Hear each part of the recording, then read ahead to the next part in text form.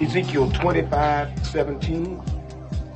The path of the righteous man is beset on all sides by the iniquities of the selfish and the tyranny of evil men.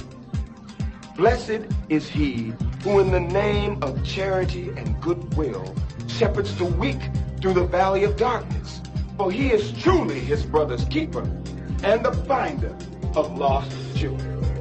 And I will strike down upon thee with great vengeance and furious anger those who attempt to poison and destroy my brothers.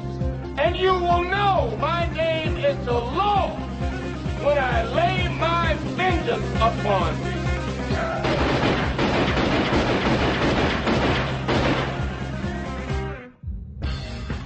Only a Carpathian would come back to life now and choose New York. Tasty pick. Bonehead. We were every bit the first. We lived, we breathed, we sweat, we paid the price to be the best. Never been about the boys in the office. The boys that have gone out there night in and night out doing everything they could to be the very best at what they chose to do in their life. Those boys are here tonight. Well, I must have been away too long because my feelings are dead. I feel no remorse. I only am who I am because I was born that way. I have a gift, and I am trying to not be selfish about it, but to use it. My job consists of basically masking my contempt for the assholes in charge. And at least once a day, retiring to the men's room so I can jerk off while I fantasize about a life that doesn't so closely resemble hell. It's my house, and if you don't like it, get the fuck out. Grab a dog, I choke him, and I kick the shit out of him. And I all day long, I put up a dog's ass. Just bang, bang, bang up his ass. That's my pleasure. Go back to bed, America. Your government has figured out how it all transpired. Go back to bed, America. Your government is in control again.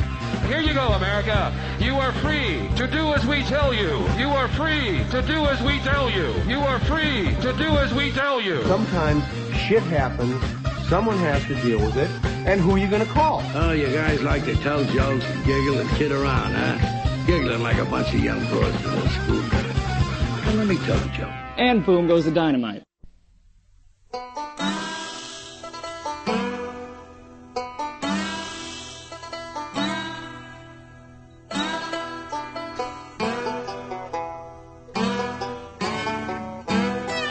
On the first day of March, it was raining. It was raining worse than anything that I have ever seen. I drank 10 pints of beer and I cursed all the people there. I wished that all this rain was somebody down on me. And it's lend me £10, I'll buy you a drink, and mother wake me early in the morning. At the time I was working for a landlord, and he was the meanest bastard that you have ever seen. And to lose a single penny would grieve him awful sore. And he was a miserable bollocks and a bitch's bastard's whore. And it's lend me £10, I'll buy you a drink, and mother wake me early in the morning. I recall that we took care of him one Sunday. We got him out the back and we brought his fucking balls. And maybe that was dreaming and maybe that was real, but all I know is I left the place without a penny or fuck all. And it's lend me £10, I'll buy you a drink, and mother wake me early in the morning. But now the most charming of verandas, let's sit and watch the junkies and drunks the pen stores. 5 green bottles sitting on the floor. I wish to Christ that I had 50 more. And it's lend me £10, I'll buy you a drink, and mother wake me early in the morning.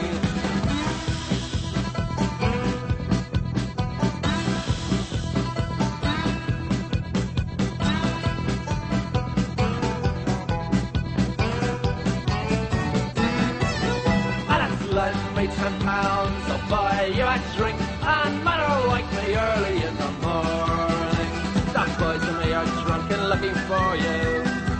We'll eat your friggin' entrails and we won't give a damn. Me daddy was a bloodshed and my mother a madam. My brother earned his medals at my lay in Vietnam. And it's lent me £10, I'll buy you a drink. And mother wake me early in the morning. On the first day of March it was raining. It was raining worse than anything that I have ever seen. Stay on the other side of the road, cause you can never tell. We're dressed like a gang of devils, we're the boys in the county hell. And it's lend me £10, I'll buy you a drink. And mother wake me early in the morning. And it's lend me £10, I'll buy you a drink. And mother wake me early in the morning. There you go, buddies. It's Irish Week. It's the only band, the Pogues right there, the only band that I say has consistently been drunker than the Replacements. And when I hear that, like normally if you see that live, it sounds more like this as, and then people act like they know what they're singing. It's really a drunken mess. But that's what this week is all about. It is the Ron and Fez show. I'm Ron, there's Fezzy. Hiya, buddies. And make sure you don't start that Fezzy McWatley and all that stupid hack stuff. And there's Earl Douglas with us. Hello, everybody. Black Irish. Earl is Black Irish. We were both going for the same gang, bumping our heads on the way to the mic to do the hack fucking Black Irish joke. And the real Irish guy is around here somewhere. Eastside Dave, who is just fucking basically, I don't know whether you know, his picture was on the Boy album cover back in the day. All right, Ron and Fez show. Right away, we want to plug a little contest that's going on, Fezzy. This is going on the website boston.com. Boston.com.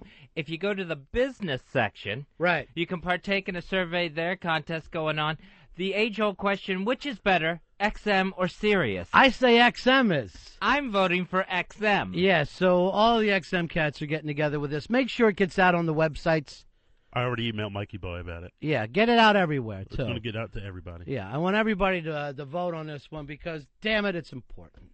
It's important that the people know. The fucking hayseeds of Boston have a right to know which service is better.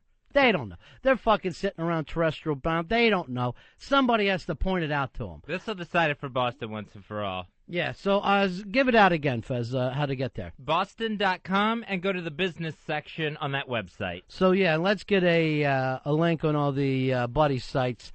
Everybody's out there. Throw up a link and let all the regulars vote. All right, 866-RON-0-FEZ, 866-RON-0-FEZ. Here is Greg. Greg, you're on Ron and Fez. Yeah, I want to thank you for giving up your seat at the Hard Rock Cafe, or fuck it, I don't know. What, the Hard Rock Cafe? Not the Hard Rock, the Rock and Roll Introduction. Yeah, the Rock and Roll Hall of Fame was last night. Yeah. I was dragging my feet on it, and then Earl came up with the idea that Jimmy Norton would love to go. And how did that go over, Earl? You have a good time? It was probably the greatest day in Jimmy's life. See, it's better when you're a real, true fan of something to go there and really enjoy it. Oh, he had an absolute... he hated the press room because the questions were so awful. Right. But he got he got 3 questions for Black Sabbath when you're only supposed to get 1. Right. And then he met the guys backstage and got a picture with them, all holding their trophies. That's a fucking classic night. Yeah, I mean, and he's in a tuxedo. He looked like $1 million. What happened with the Blondie thing where she wouldn't let the old Blondie guys play? Well, they explained that. Well, Chris Stein explained those 3 other guys. They sued Blondie when they reformed a couple of years ago. Right. They basically sued to get back into the band because Chris Stein, Clem Burke, and Deborah Harry reformed Blondie without those guys. And so they sued basically to get back into the band or at least to get a piece of the profits. And so if they would have let him on stage last night, it would have been bad for the lawsuit? No. Well, Chris Stein explained, he said, you know what, we were thinking about it, and then they pulled that little, can we please play? It was so embarrassing. It was such a cringe moment. Yeah, but that's what kind of made it a classic moment. Yeah, which will probably never make the VH1 broadcast, but it was Oh, no, it should. Fucking Pete Best should show up and demand that he's let in, too. I should be part of this band. I was part of it from the beginning. Well, that was very cool of you to take Jimmy along and make sure that he had a good time. I've never seen him that happy. Yeah. He was so I don't know what made him happy. The fact that he asked intelligent questions for Black Sabbath, because the questions were awful. I know what. You know what? Doesn't it happen anytime there's like a press conference? It's just fucking. It's like the press guys don't work hard enough at their job. Like they don't know what to ask, no matter what the topic has to be. I think It's a lot of how do you feel? I think the other cringe moment, I think it was Blondie. Someone asked, "So when are you going on tour?" And I think Glenn Burke goes, "We've been on tour since Tuesday." Right. So. And you just heard a collective groan go through the whole press You'll room. see us at the Crown Lounge. We're doing 2 shows on Tuesday night. It's the Cringe Moment Tour. I don't know where I fucking grabbed the Crown Lounge reference. That went back fucking 20 years. All right, Ron and Fez show, 866-RON-0-FEZ. This is it. Fezzy and I have a break. O&A are going to be doing their live show at the Hard Rock in this spot on Friday. So Thursday, our last time, Fezzy, and I don't know which direction to go with. I'm thinking about going way north to the Tundra, as far north as I can possibly get, or as far south as I can get. I don't know which direction. Well, at least you know you want to go a direction. Right. You got that much down. I either want to be deep in the jungles of Peru or way up in the fucking tundra where all I can see is white. Just constant white. You and Heather Mills and Paul McCartney protecting seals. Yeah. Either way, it doesn't matter. Oh, I'm going far. I'm going where seals can't live. If I go in that direction, I'm going where beyond life takes place. Either that or I'm going to call James Cameron and go under the sea. I just fucking need a little break here. Me, I'm doing what I always do. Let me guess. You and your family? Yep. Heading to see the fam in Florida. Everybody's sitting around with fucking, just sitting on the front porch. Oh, yeah, that's exactly what. Some sweet tea being passed around. Knocking that's back about some it. sweet tea, yeah. Exactly. Doing absolutely nothing. Well, I know what we'll do because it happens every vacation. Complain about the heat? Yeah, a lot of that. You a know lot of bug swatting. What I like to see you do here in 2006 is pick up an AC for the folks. Let them enjoy themselves. Oh, that's too big of a gift. That'll have to be around Christmas time. Could start a fire. And we'll probably, there'll be a game of Monopoly. I know that'll happen. And then also they will go through the newspaper, pick the very worst one possible, and then we'll all head out to the picture show and take a look at a movie. Now, picture show, what year are you going? 1930? Are you going to grab some cool ones out of the icebox before you go to the picture show? Earl, you have no idea what a Hayseed Fez is and his family and his real background. Whenever you go to a picture show seems like it doesn't move at all. There's no moving images. I thought he was going to say going to the Nickelodeon. It almost is. Although I was thinking about this, like when I go out to Blockbuster, I still say I'm going to get videos. It never gets beyond me. And Virgin, I still call that a record store. I'm going to go down to the record store. There's no fucking records there. I do the same thing. I'm like, I'm going to buy some records. I know. You might as well be Grandpa Douglas at that point. No, my favorite one was with my niece. We were moving once, and remember the spindles? Yeah. That you put on 45. She was like, "What is that?" I'm like, "Well, you put it on a 45." And she goes, "What's a 45?" And I felt 1,000,000 years old. Right. Well, she had no idea. You should just told her it was a dildo and left it at that. Honey, that's a dildo, and I don't want you touching it. I don't know. Do you ever do this one, Fez? Because I got this from my mom, and if I say it now, people will laugh. Pocketbook. Oh, yeah. Instead of a purse, my mom always had a pocketbook, which I guess is just a purse, right? There's no difference for it? Yeah, that's the same thing. A purse has compartments. That's where the pocketbook came from. It's a book of pockets. Yeah, it's just a stupid name. My mom used it, and now I'll say pocketbook. Yeah, as a kid, I was constantly having to go grab my mom's pocketbook. Me too. Go get my pocketbook. I will still run the sweeper from time to time. Right, the sweeper. Which, again, what is that, an electric broom when you think about it? Yeah, basically. Yeah, not even a vacuum cleaner. Right. It's still the sweeper. It's just a sweeper that's just sweeping around. It's just a little sweeper out there. Now, down south, did you grow up saying, what did you call a soda? What I call soda? Oh, everything was a Coke. No matter what flavor it was. No matter what flavor it was, So- you were going for a Coke. Now, what if you wanted a Pepsi? You still called it a Coke, but it was like, what? We're gonna go get Cokes. What do you want? I want a Pepsi. Yeah, you would have to say that specifically. But I would have to say Pepsi now, but I would call the entire thing soda. Yeah. You see what I'm saying? I know what you're saying, but like if I brought home like a 6-pack of anything, Right. it was a 6-pack of Coke. All right, what if I wanted you to go out and pick up a 6-pack of grape soda? Would you ask for grape Coke? Yeah, it would be, what kind of Coke do you want? Grape. What kind of Coke do you want? A Dr. Pepper. Now, that's beyond just like regional and into stupid at that point. Because you can't call something by the wrong name. That's like saying you call every car a Chevy. It would not make any sense to say I'm getting a Ford Chevy. Here's Jason. Jason, you're on Ron and Fez. Hey, Mr. B. Yeah.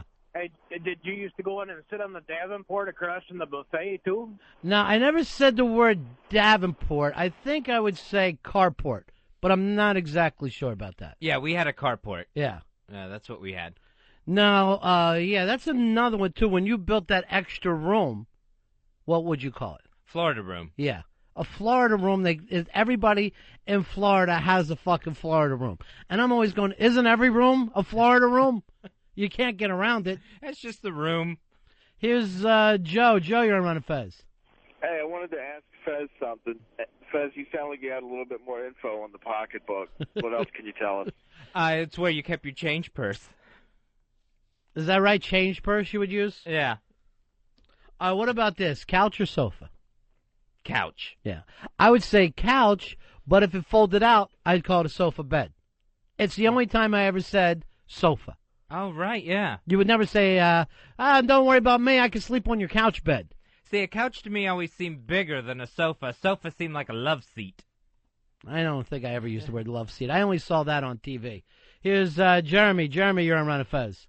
What's up, buddies? Hey, buddy. Listen, growing up at the park, everybody called the slide a sliding pond. I don't know what the fuck that means now. I always use the term sliding board.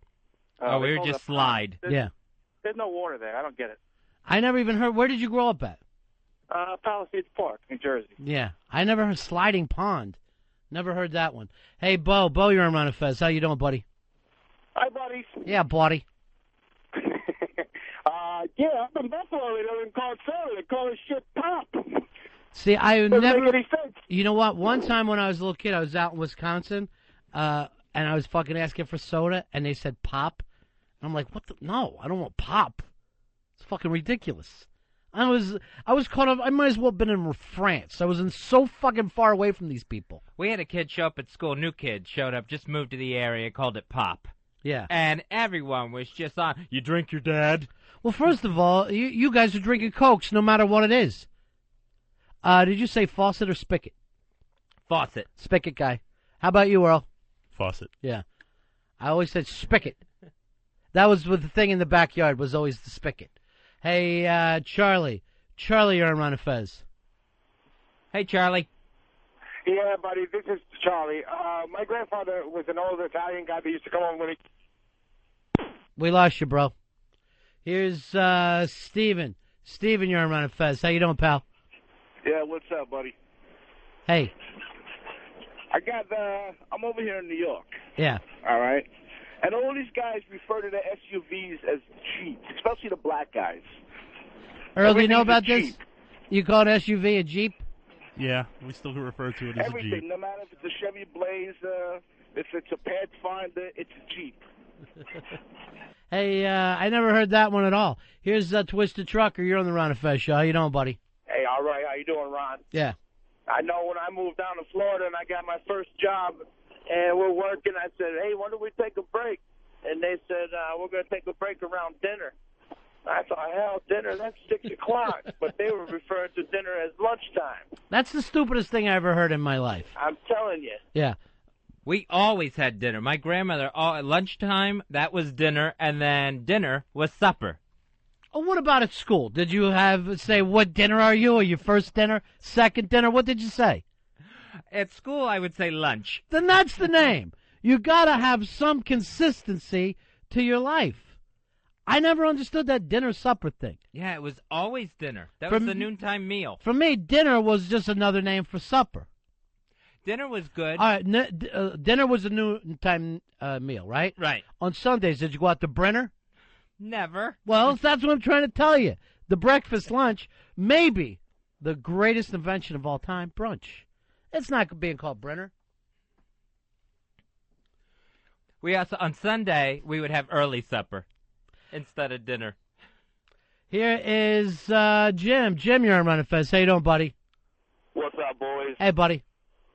Hey, my grandparents still call the remote control a button box, one of those old clicking boxes to change the cable TV channels. I still will say clicker for that thing. I don't know why I say it, but I hate the name remote control. I really do. I think I just always use remote. I think that was it for me. How about now? Still? Yeah, I use a remote. Where's the remote? 866-RON-0-FEZ. 866-RON-0-FEZ. Here is Michelle. Michelle, you're on the Ron and Fez show. Hi, Michelle. Hello? Yeah. Yeah. Hi, guys. Yeah. Sneakers or tennis shoes? I would say cons. Growing up, they were always because if you were wearing Converse at that age, but basically I would say sneakers. There wasn't even any fucking tennis around my neighborhood. I would say tennis shoes. Tennis? Did you play tennis in them? Never. Why didn't you call them at least basketball shoes? I thought that was the name of them. Tennis shoes. Earl, which direction did you go? They were sneakers. Here's the thing: you never saw tennis players wearing sneakers. They never wore what you called tennis shoes. I'm telling you right now, Fez, 90% of the words you use were ridiculous. Banana, you're on Ron and Fez. Yeah, banana hammock in Tampa. Any old people, they always call it a refrigerator. Doesn't matter what it is, a Frigidaire. I think my aunt used to say the Frigidaire for some reason. Was that like an early make or something, Fez? Yeah, that was the brand name that just took on, that was the item. Yeah. Like a Xerox. Rick, you're on Ron and Fez. Hey, boys. Yeah. I used to work with this guy about 10 years ago, and he's probably maybe 40 now. Yeah. He used to refer to a soda as Coke or Pepsi. Where he goes, hey, can you go to the store and get me a tonic? A tonic. What the fuck? What's he, in 1920 at a salsa club? You know, yeah, a lot of that stuff does go down. Now, I remember when I was a kid, too. My aunts and uncles, my folks, my grandparents will go crazy on us kids if they caught us drinking the ginger ale or 7-Up or mixers, as they used to refer to them. I want you to stay away from the mixers. I'll make it a highball later. I'm like, it's a beverage. Why are you the only people who get it? Not until later when I understood how damn important it was. How could you resist? There's soda sitting in there. There's drinks. I thought it was Coke to you. Why are you calling it soda now? I'm Where trying do to you change. go with this? Here's Adam. Adam, you're on the Ron and Fez show. Hey, buddy. Hey, Ron, I was wondering if you cut yourself, do you use an adhesive bandage or a Band-Aid? I still call it Band-Aid. Band-Aid? Yeah. I don't know if anyone's ever called it a bandage. I don't know if it goes down that way. Adhesive bandage. Yeah. Seems a little wordy. Hey, guys, a big thing going on today. If you want to vote, XM versus Sirius. It's all going down in Boston. It's going to be decided on Boston.com. If you go to the business section on that website, Boston.com, you can vote which is better, XM or Sirius. Here is Charlie. Charlie, you're on the Ron and Fez show. Yeah, buddy. My grandfather, when he came over in this country, they taught him that the bathroom was called the back house or the back house. The what? The back house. They used to use the bathroom. Every time he would call the bathroom, he'd call it the back house. I never heard that one at all. No, I never heard that. Yeah. The back house. Now, my grandfather, I remember he would always do this. Any kind of pier, he would call a bulkhead. He would always say the term bulkhead. And any kind of like the levee in New Orleans, that would have been a bulkhead to him. And anytime swimming, he would say overboard. So Ron and Fez can do their show. Every fucking time they get something good going, the motherfucking telephones keep on blowing up. Every fucking time they get something good going, the motherfucking telephones keep on blowing up. Why won't Wiki fix the telephones? Why won't Wiki? Why won't Wiki? How can you build a pyramid without the callers calling in? How can you give out a big ass prize to losers like me who have no life? The Ron and Fez show on XM Radio. Ron and Fez show on XM Radio. Ron and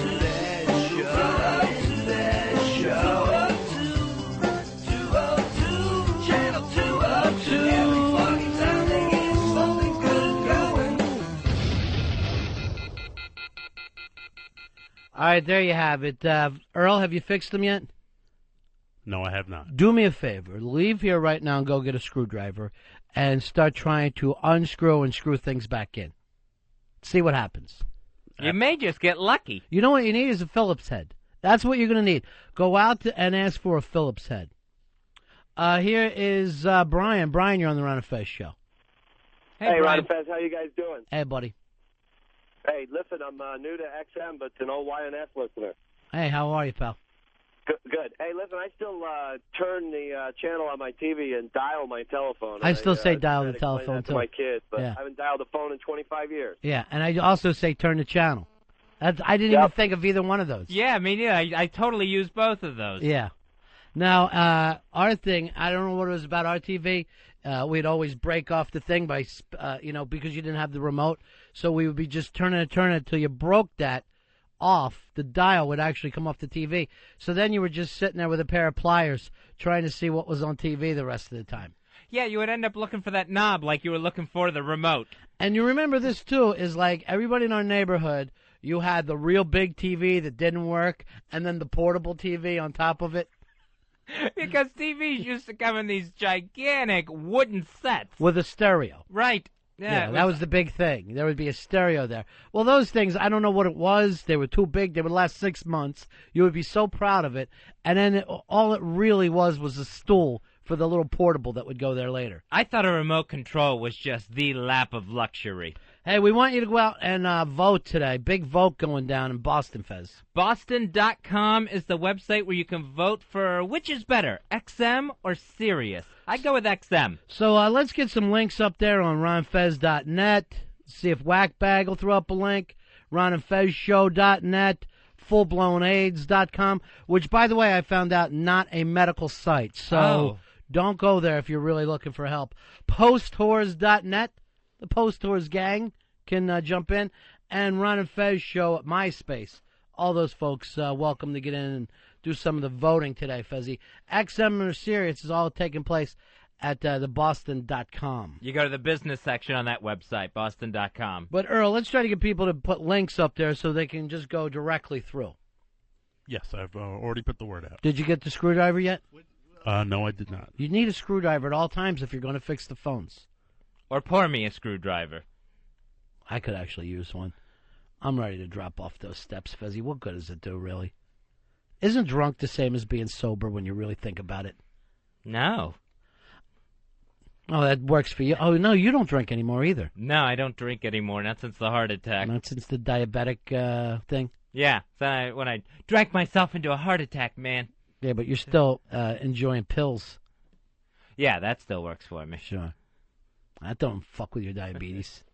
Tic Tac will kill you, but a goddamn roofie is fine. Here's G. G, you're on Ron and Fez. How you doing, pal? Oops, let me try again. Still trying. Now they're just leaking back in, right, Earl? Is that how it works? Yeah, they just start to dribble back in, and then they'll all explode at once. Yeah, great. G, you're on Ron and Fez. Yeah, I got two things for you. One, on a donut, are they sprinkles or are they jimmies? I would say sprinkle. It's got to be sprinkles. I don't know what a jimmy is. Well, you've heard the term jimmies, right? No. Yeah, I've heard it before. Okay, and then the other thing, is it a bubbler or a drinking fountain? I say, what do I call it? I don't know. I don't call it. I would say water fountain. That's what I would call it. Not a bubbler, eh? I never even heard the term bubbler. No. Is that where the jimmies come out of, your bubbler? I would actually, I would want this thing to bubble a lot more than a regular water fountain does. No, it's a bubbler. Come on, it's a bubbler. Now, remember at school when they invented the term lavatory for bathroom? Like that was going to be polite. Yes, who wants a... I remember that in first grade. Now, if you need to go to the laboratory, I'm going, what the fuck? We get science already? What the hell's happening here? I don't understand it. A lot of times they just try to get you to do boys' room or girls' room. I was just going to say I'm going to wait for recess and go out and piss next to a tree. I had a former teacher who was in the Marines or whatever. He always said, don't say laboratory, say latrine. Yeah, well, you know, that's a whole stupid thing, Earl. You found yourself in the Black Panthers at a very early age. Hey, Liz, you're on Ron and Fez. Hey, What's Liz. up, buddies? Hey, buddy. I need Bronx Johnny for this one. Yeah, is Bronx Johnny in today? Go ahead. What do you got, Liz?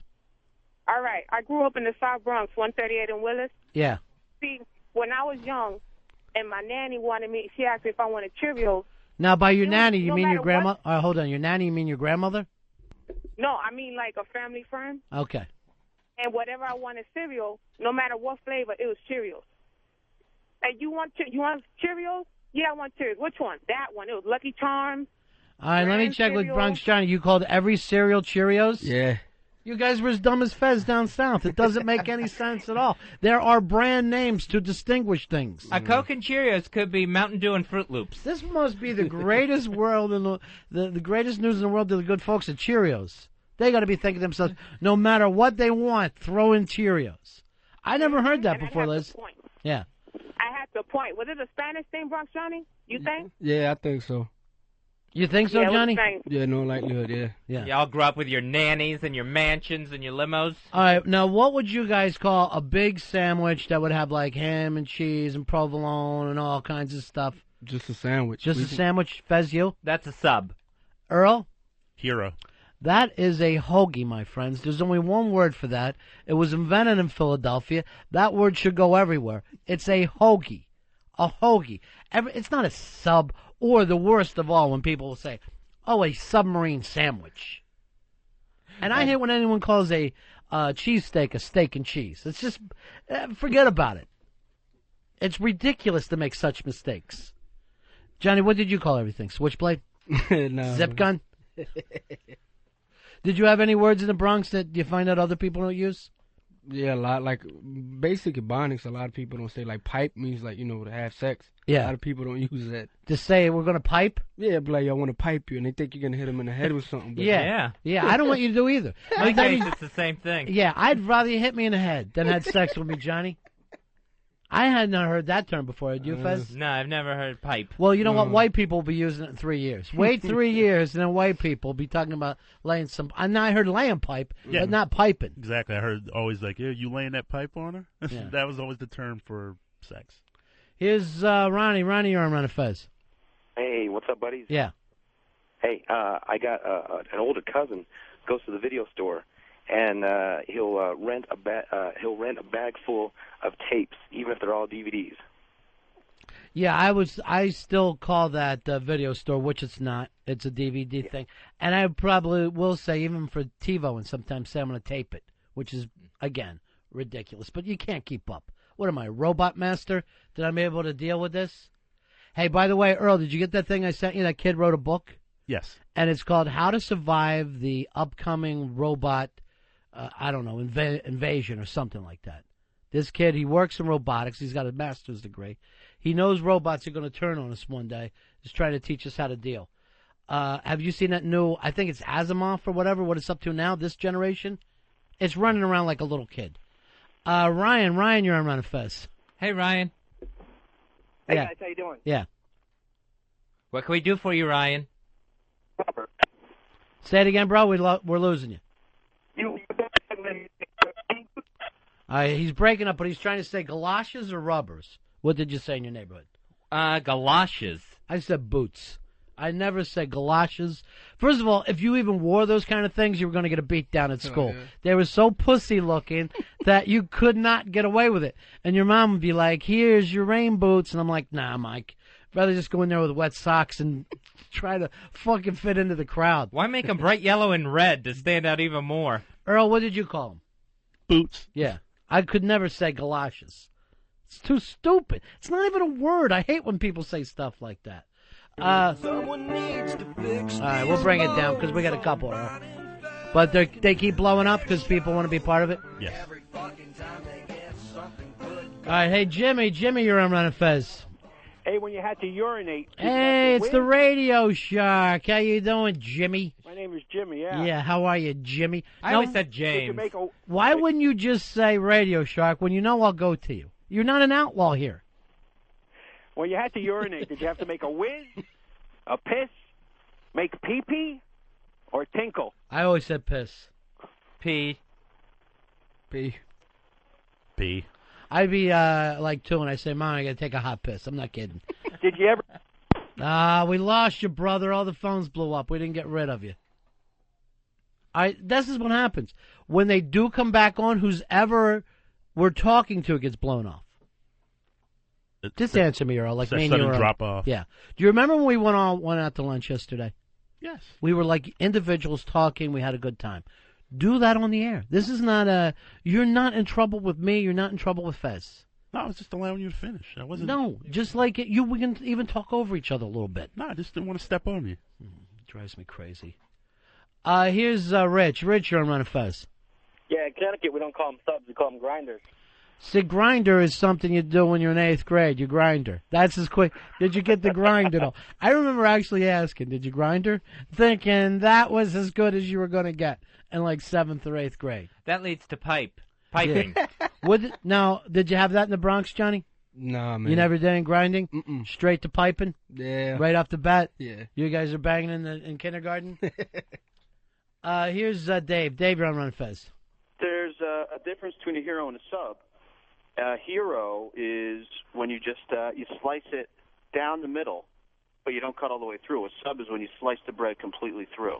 First of all, and a grinder is hot. From old school, right, you fucking make a hoagie and you heat it up. It's a grinder. First of all, these subs and all, where they're just basically slicing a big hot dog bun, the Wonder Bread shit, I can't even eat it anyway. It is the main thing I miss about Philly. Hey, Danny, you're on the Ron and Fez show. Hey, guys, checking in from Conshohocken. How's it going? Hey, how are you, my friend? Good. Two things. Growing up in the Bronx, either we went to the Wallbounds for any friggin' grocery store that we had, or any other store was the 5 and dime. My mom used to use the term drugstore. It was a 5 and dime, and all the stores used to be called Acme's. I'm going to that Acme. Any convenience store was a 7-Eleven, no matter what it was out front. Here is, 7-Eleven was like a chain thing, but when it was like a regular old-fashioned like drugstore, that was always 5 and dime. And that wasn't me, that was my folks saying it. Here's Beth. Beth, you're on Ron and Fez. Hi, buddy. Hey, buddy. Hello. Hey, girl, my buddy. Nana used to call dungarees, jeans, dungarees, and if you wore regular pants, they were long pants. Right, that's true. That was funny. My mom always used to say dungarees too. I got you some dungarees.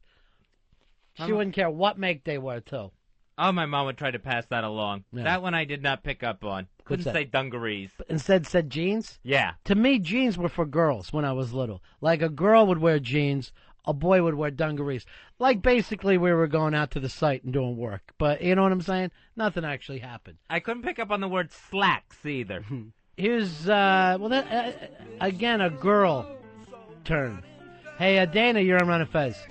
Unfortunately, not a girl. Oh, jeez. But hey, I was born with it. What do you say? How about people call you Spike? You know, there's that's okay. That works. It's one thing you're stuck with that label, but you don't have to tell us. Well, hey, my dad gave it to me, so what can I do? Well, you know, if I told you what Fez's dad gave him, and he's still trying to get over it to this day. What do you got there, Dana? Hey, in Maine, a driveway is not a driveway; it's a dooryard. I never heard that in my life. And the sandwiches are Italians, not subs or grinders. They're Italians. It's funny because in Florida, people will call that Cubans. You'll go out for a Cuban. And it's like basically a little more Spanish, but more of like a hot grinder. All right, thanks, Dana. Absolutely. You take care, cutie pie. There you go, sweetheart. 866-RON-0-FEZ, 866-RON-0-FEZ. Phones blew up how many times today, Earl? 4 times at least. Is there anything you can do about it? You got the screwdriver? I got my tool belt and getting cracking on it. All right. Let's try to get everybody involved, Fezzy. Get them out there voting. Boston.com is the website. The question they're asking online is, which is better, XM or Sirius? You can go to Boston.com and vote in their business section on that website. We got something on RonFez.net there, Earl? Yes, we do. Thank you. I appreciate it, buddy. We'll also ask the folks at Whackbag, RonandFezShow.net, Full-Blown AIDS, by the way, .com, not a medical site, PostTours.net, and Ron and Fez Show at MySpace. Here is Dan. Dan, you're on Ron and Fez. Hey, what's up, buddy? Yeah. When I was younger, my grandfather used to make me call taking a shit a BM. I remember the old people would say BM for bowel movement is what it stood for. Yeah. My grandmother taught me dropping a deuce, and I didn't even know where that came from. She said, you better make sure you drop a deuce. We're heading out for a long drive. When you're on the playground, Did you play on the monkey bars or the jungle gym? I played on monkey bars. We were monkey bars. Earl? Monkey bars. I bet. Hey. Let me check with Bronx Johnny. What they say in the BX? Monkey bars. Yeah. What would be Spanish for that? I have no idea. None at all? Do you No. speak Spanish at all? Yeah, I do, but I've never heard them use that. Yeah. All right. Here's Jason. Jason, you're on Ron and Fez. Hey, Jason. Hey, what's going on? What's up, buddies? Hey, buddy boy. Hoagies are pit stains. I never heard this term in my life. That Now, actually Really? sounds disgusting. Where did you say that at? Like East Side Dave's got some big hoagies. Oh, okay. Gotcha. Here's Kay. Kay, you're on Ron and Fez.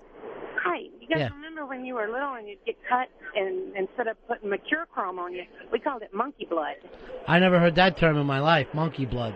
Heard of iodine. Because it was red. Well, yeah, and Yeah. it was red, but we called it monkey blood. That just reminded me, there was something we used to chuck at each other we called monkey balls. I don't know what it was. They were real sharp. They fell out of a tree. But we would always have a monkey ball fight. And I have no idea what kind of tree that was or anything now. Crotch Cricket, you're on Ron and Fez. Yeah. Yeah. My granddaddy, when we were small, they used to call short pants his short sleeve breeches. Where was this? Where was this And at? a Davenport is a couch. You said you used to park your car in it. Jesus Christ, somebody get killed sitting there on the Davenport you trying to drive. Wasn't Davenport also like a carport, Fez? That's what I always thought. Yeah. No, Davenport is a couch. That's the same thing as a couch. Isn't it amazing we all speak English and there's just so many different terms as you cruise around? Now, Fez, on a cake, was it icing or frosting for you? Icing. I always went with icing, too. Icing. Yeah. Frosting. Frosting. Now, what if you were having spaghetti, what was the red stuff you poured on it? Spaghetti sauce. That's gravy. Earl? Spaghetti sauce. Ketchup. Ketchup, you poor bastard. You poor, pathetic bastard. See, I always call it sauce, too, but then I was with, with an Italian chick and gravy. She's like, you want any gravy on that? I'm like, fuck no. Why don't you grab some of that sauce? It's delicious. But now I'm up to saying it, you know? Of course, she also has me saying all kinds of crazy-ass shit. I call I'm not going to get into it. Hey, Scott, you're on Ron and Fez. Some of it's a little embarrassing. Yeah. I haven't heard this one yet. I grew up calling a couch a divan. Never heard of it. Where'd you grow up at? Missouri, Ozarks. So, did everybody say it in your neighborhood? Sit on the divan? You know what? Everybody in my family, my grandma and grandpa's, aunt and uncles, they all call it a divan. See, that's I remember, I'd have friends over and I'd say something about a divan or something. They're like, didn't know what I was talking about. See, but some people did, but yeah. I don't really remember. That's the thing that family doesn't understand when they have their own little terms. The kid has to go out and interact with the world. The kid doesn't get to stay home like you inbreds, just sitting there on the divan, and he's got to be able to communicate with people. That happened with my little brother. He was so much younger than me and my other siblings that any word that he mispronounced, the family just started using that word because it was so adorable. So he would go into the world, calling pudding, kudding, and that's happy dappy instead of happy birthday. Just didn't know any better. Someone needs to fix these phones so Ron and Fez can do their show. Every fucking time they get something good going. All right, they blow up on us again. What about your grandparents? What did you call your grandmother and grandfather? Oh, that was Nana and Papa. What about your mom and dad? You called them mom and dad? Yeah. Because you didn't know your real parents? No. Jeez, sorry about that. Like P.J. Burke in my neighborhood. It's kind of sad, though. It's kind of sad. I had my mom and pop up. What about for you, Earl? I even went to bigger extremes. Granddaddy or grandmama. Yeah, that's real Southern. That's very Southern. Yeah. Yep. Now, do you ever get over and you find out, like, one of the other kids had, like, a crazy name? There was a kid, he had a bocce in my neighborhood. My bocce's coming over. I'm like, what? The hell kind of a sick bastard is this going to be? The kids across the street from us had a Mimi. Then, of course, there was always Big Mama and Big Daddy. There is nothing worse than names for grandparents. They are the stupidest things ever. I heard of a May and a Pay. Like, you got to be out of your mind. I was going to say, what do you guys want to be? But I'm the only one who has kids. I look around here. I'm fucking with the 40-year-old virgins. Nobody even has a chance of being a grandparent. Grover, you're on Ron and Fez. Hey, buddy. Hey, body boy. Hey, Ron, do you remember the expressions geech, grip, or mole, being from Philly? Used for what? If somebody said something stupid, you would take the palm of your hand and squeeze their face and say one of those three things? No. You guys have that? No, we didn't have that at all. We didn't have that one at all. We didn't have anything like that.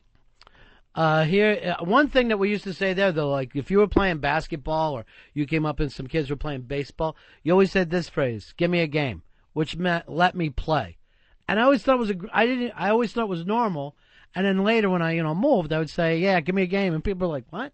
Give you a game?" But when you think about it, it's fucking way hipper than said, "Let me play with you fellas. I would love to play right now." Here's Dan. Dan, you're on Ron and Fez. Hey, what's up, buddy? Yeah. When I was up here in Michigan, they call convenience stores party stores. So I remember that from True Romance. Yeah. Yeah. I remember that term from True Romance. I'm going down to the party store.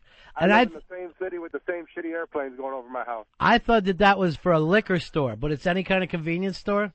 And any convenience store, they'll call it party. When I was in Florida on spring break, I'm asking the cops, "Where's the party store? Where's the party?" They fucking followed us for like a half hour. Why wouldn't they? Because, It's a party. Yeah. All right, see you later. All right. Let's see. 866 Ron Zero Fez. 866 Ron Zero Fez. Phones are blown up again, though, Earl. How many times now is that? I think 6 or 7 actually, because they blow out in spurts now. Did you hear back yesterday about it? Nope. Actually, I take that back. Mars said they were working on it.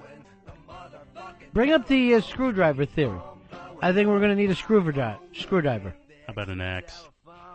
That might be something you could do, Earl, where you just tell everyone that's supposedly working on this, "I will fix it myself. I'll start messing around in there." Just kind of threaten them with that. I like your axe idea, kind of V for Vendetta, because once it's broken, they have to go out and get a new system.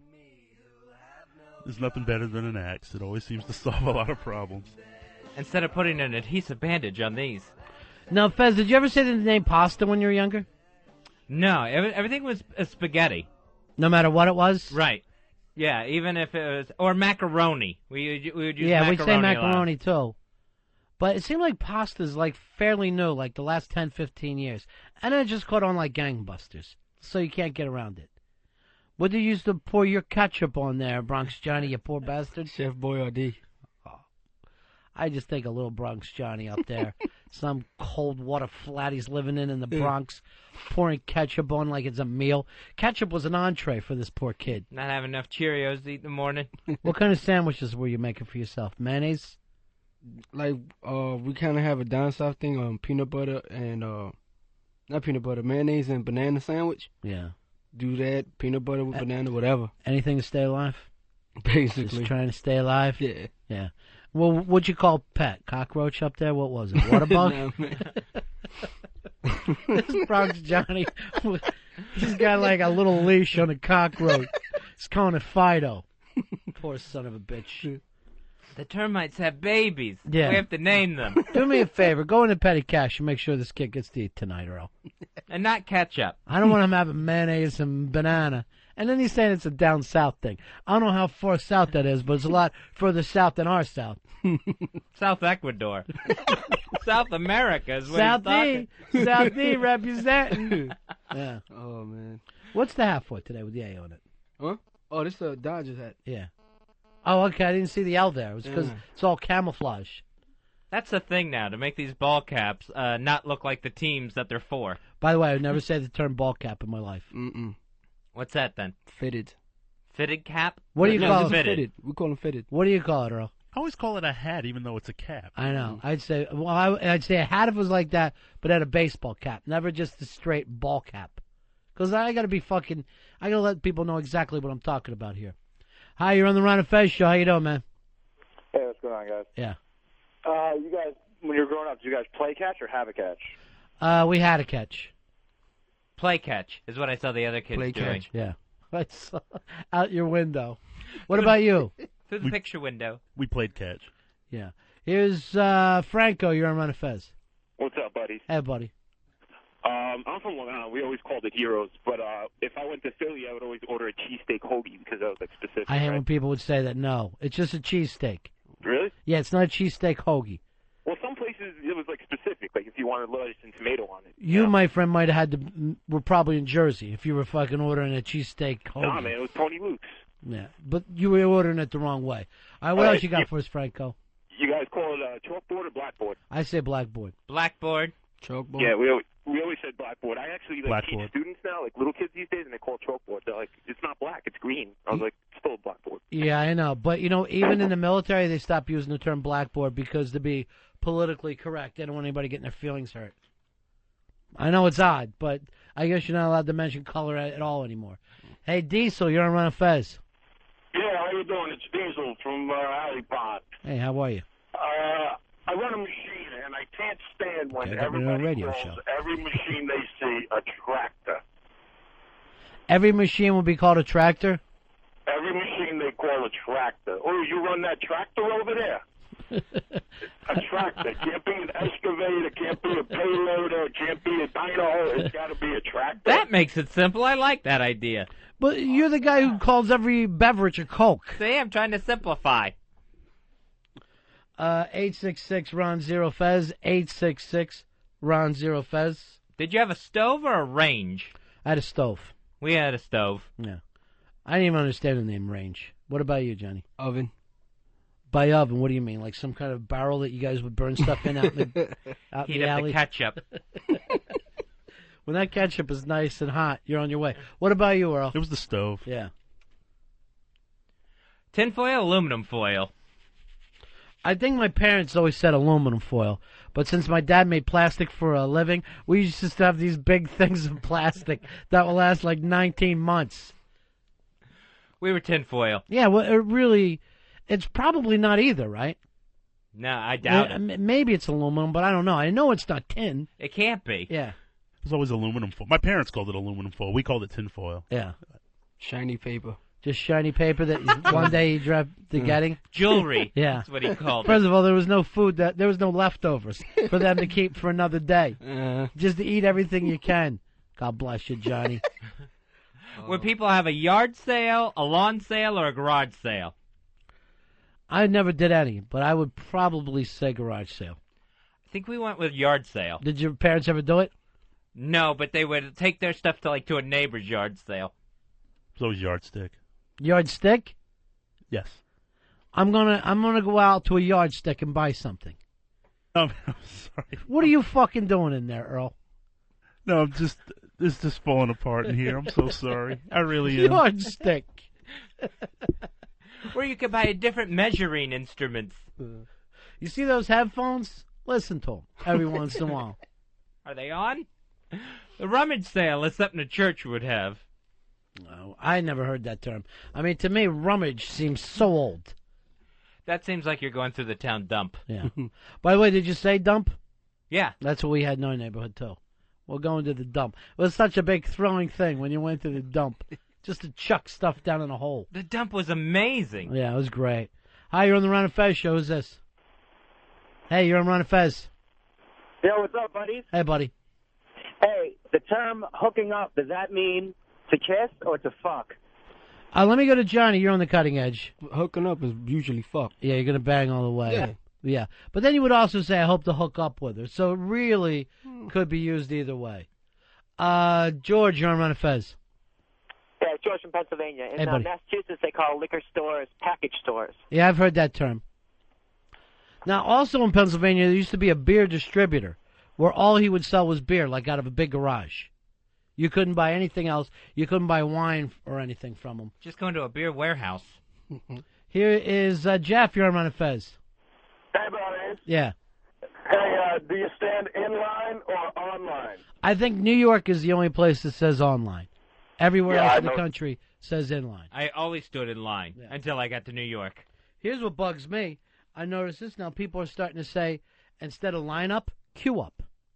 It's an English term, and it's getting used. When you're reading, it's used all the time now. Have you noticed that, Earl? I heard it here and there, and Yeah. I never really kind of. You won't hear it more. You won't hear it vocally, but you'll read it more and more in the newspaper. And it's driving me crazy because we're not British. We got our own way of doing things around here. Exactly. It's either one or the other, and I think the term doesn't say anything. It stinks. Yeah, I know, it's crazy. I don't like new terms. I'm not crazy about people, instead of saying niche now, they're saying niche.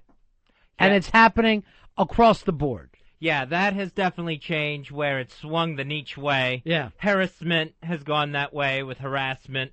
I can't break out. I can't say harassment. I'm not British. If I go to London, I'll start saying harassment.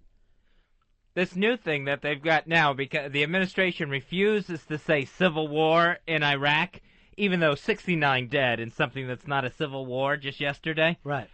Sectarian violence. What is it? Sectarian violence. Yeah, so that's more of a thing of like a spin word. That they'll just like the word exit strategy came up, and now people started to use it for everything. You know, when we were leaving JFK, they started talking to us about an exit strategy. I go, this whole term didn't even exist 12 months ago. And now everybody's trying to act like it makes sense. Drives me crazy. Terrestrial radio, same thing. Where all of a sudden radio's terrestrial. I like that, though. You're not the radio anymore. You're just terrestrial. Satellite radio, there's only one for you, folks, XM. We want you guys to hop in and join this little contest that's going on in Boston right now. Give XM your vote on Boston.com. You can go to the business section on that website, Boston.com, where you can vote for your favorite satellite service, XM. So we're going to put a link up on ronfez.net, try to get one up on whackbag.com, ronandfezshow.net, fullblownaids.com, poststores.net, or MySpace, Ron and Fez Show. Any of those places, we'll try to get links up so you can link right in and vote for yourself. Here's Jimmy. Jimmy, you're on the Ron and Fez Show. Pancakes or hotcakes? I always said pancakes. I never even liked the term hotcakes. We're pancakes. Yeah. Here's Ryan. Ryan, you're on the Ron and Fez Show. Hey, what's up, buddy? Yeah. The one that made me really uncomfortable was bathing suits or swimming trunks, if you said swimming trunks. I always said bathing suit. Yeah, bathing suit or my suit. Trunks sound like something your grandfather would put on. What would you have, Johnny? Water shorts. Water shorts? Yeah. Because you didn't swim, did you? Not really. I try not to go past my knee. You just ran through water like you guys would go up there and what? Open up the hydrant? Yeah, that's sad. But yeah, you're right. That was Earl's getaway vacation, wasn't it? When the hydrant opened up. It was a summer dream, man. That's like summer in the city when you. So many people in New York will open up hydrants in the summer that if there's a fire anywhere, the whole damn city will blow down because these kids are splashing around in a gutter, in a filthy gutter, in this water. And the firemen hated us. It'd be like 96 in the shade, and all of a sudden, Dad, just open it up. Someone take a big power wrench and let it rip. And all of a sudden, you just hear the fire truck screaming around the corner. And what are you kids doing? You're killing us. And there's Bronx Johnny in his water shorts standing out there having the time of his life. All right, we'll take a break here. We'll be right back. Ron and Fez. Ron and Fez, XM 202.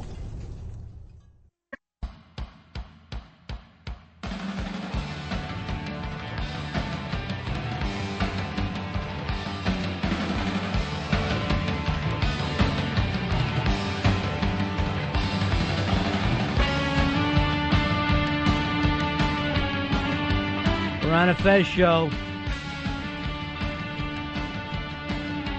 If you go to Boston.com, that website, you can check out the contest that's going on now. Hot and Heavy, XM versus Sirius, which is better? You go to the business section on Boston.com. I guess they were trying to, stack this thing early this morning, Fez, but somebody just let me know that XM is pulled into the lead. Woo-hoo! One of the listeners. And then also, this is the link is up on Cosmic Circus. Is it .com? TheCosmicCircus.com. TheCosmicCircus.com. I got to remember that I never say the. TheCosmicCircus.com. There's also the phone song on there that you can listen to anytime you want. The new world-famous phone song. In case your own phones go out at home, you can play along like you're Ron and Fez. Yeah, you could deal the same way we do. I want one of those for my house, too, because my cell phone sometimes goes out, and I actually, I need to know. I need to know all the time. Here's Brian. Brian, you're on Ron and Fez. How you doing, buddy? Hey, Brian. Hey, how you guys doing today? Welcome to the Ron and Fez program. Hey, those the little monkey ball things you were talking about earlier. Yeah. They're seed pods from sweet gum tree. And they're like real, like they're almost like little stickers that you can throw at each other. Yeah, they got like little spikes all over them. Yeah. Nasty little buggers, I'll tell you. I know. I forgot all about that. But you take a monkey ball in the neck, and I'm gonna tell you, Fezzy, it hurts like hell. That's gotta hurt. Yeah. That's not a good game. Well, anything a kid can find, he'll throw. Hey, Chris, you're on Ron and Fez. Hey, buddies. Yeah. Fezzy, I wanted to ask you if when you went down on her, did you call that going down on her or eating her out? What did they say in your neighborhood? That was going down. We were all but did you eat her out. I ate her out. It's so gross when you really think back on it. But it's I never even heard of oral until like 10 years ago. Earl, what did they say in your neighborhood? Eating her out. Yeah. It's kind of fucking gross when you think about it. I ate her out. Ugh. It's disgusting. And you don't wonder why women hate us. Tony, you're on Ron and Fez. Hey, guys, in our schools and our families, we were always taught it was the sharpshooter, but relatives down south called it the scorpion deathlock. Which one was it? Fez, where do you go on that one? I grew up on Scorpion Deathlock. Yeah, I'm all sharpshooter. Earl? Got to go with the sharpshooter. Yeah. Bret the Hitman Hart going into the WWE Hall of Fame this class. Well needed, huh? Who Yeah. else? Who else is in on that? Well, Try to get Jimmy Norton in for that too, Earl. Bret Hart's going in. He's being inducted by Stone Cold Steve Austin. Eddie Guerrero going in posthumously. Gene Okerlund, the announcer, makes the cut this year. Still alive? Still alive. Nice. I thought he was in already. Vern Gagne makes it in. He'll be inducted by his do-nothing son, Greg Gagne. Still alive? Still alive. Held the AWA world title like 20 times when he was running that promotion. And Sensational Sherry. Really? I know. It's like all of a sudden one of these things is not like the other. Yeah. I don't know if I would put... For me, Sensational Sherry is going in exactly like Blondie. Like, yeah, there was a short time, but I don't know if I'd make Hall of Fame. Yeah, so that's the list so far going into the Hall of Fame. Oh, they keep adding? Yeah, each week another name gets added, headed up to WrestleMania. There'll probably be one or two more names that make the list. I like to see somebody come in with an animal. None of the animal acts seem to make it in there, Fez. Coco Beware. Yeah. And just actually Frankie the bird. Is Frankie still alive? Does anybody know if Frankie's still alive? Frankie will probably go in before Coco Beware does. Come on, you love Coco. What about Jake the Snake Roberts? He's the king, man. Yeah, that's what you want to do. Bring him to your WrestleMania city and then be responsible for him lucid downtown, wherever. You know where he's going to be, Martin Luther King Boulevard. That's the only place you're going to find Jake the Snake. MLK Boulevard, Anytown, USA. I like anybody who blames their drinking or drug problems on the business. This business, it'll do it to you. This is where you're down. Traveling so hard, the only thing you can do is put a crack pipe up to your mouth. Because you know most people dream of traveling, and you get to do it. You get to have people clap for you, but all you can do now is smoke crack to deal. Yes, you're traveling constantly, but your job consists of 10 to 20 minutes. Yeah, but I'm getting kicked, though. Oh. I got to give them that. There's a lot of kicking there. Very few people went the hour time limit. Well, what about the Nature Boy? He was willing to do it back to back. The 60-minute man. Yeah. Robert, you're on Ron and Fez. Hey, guys, how you doing? Yeah, we're okay. Good.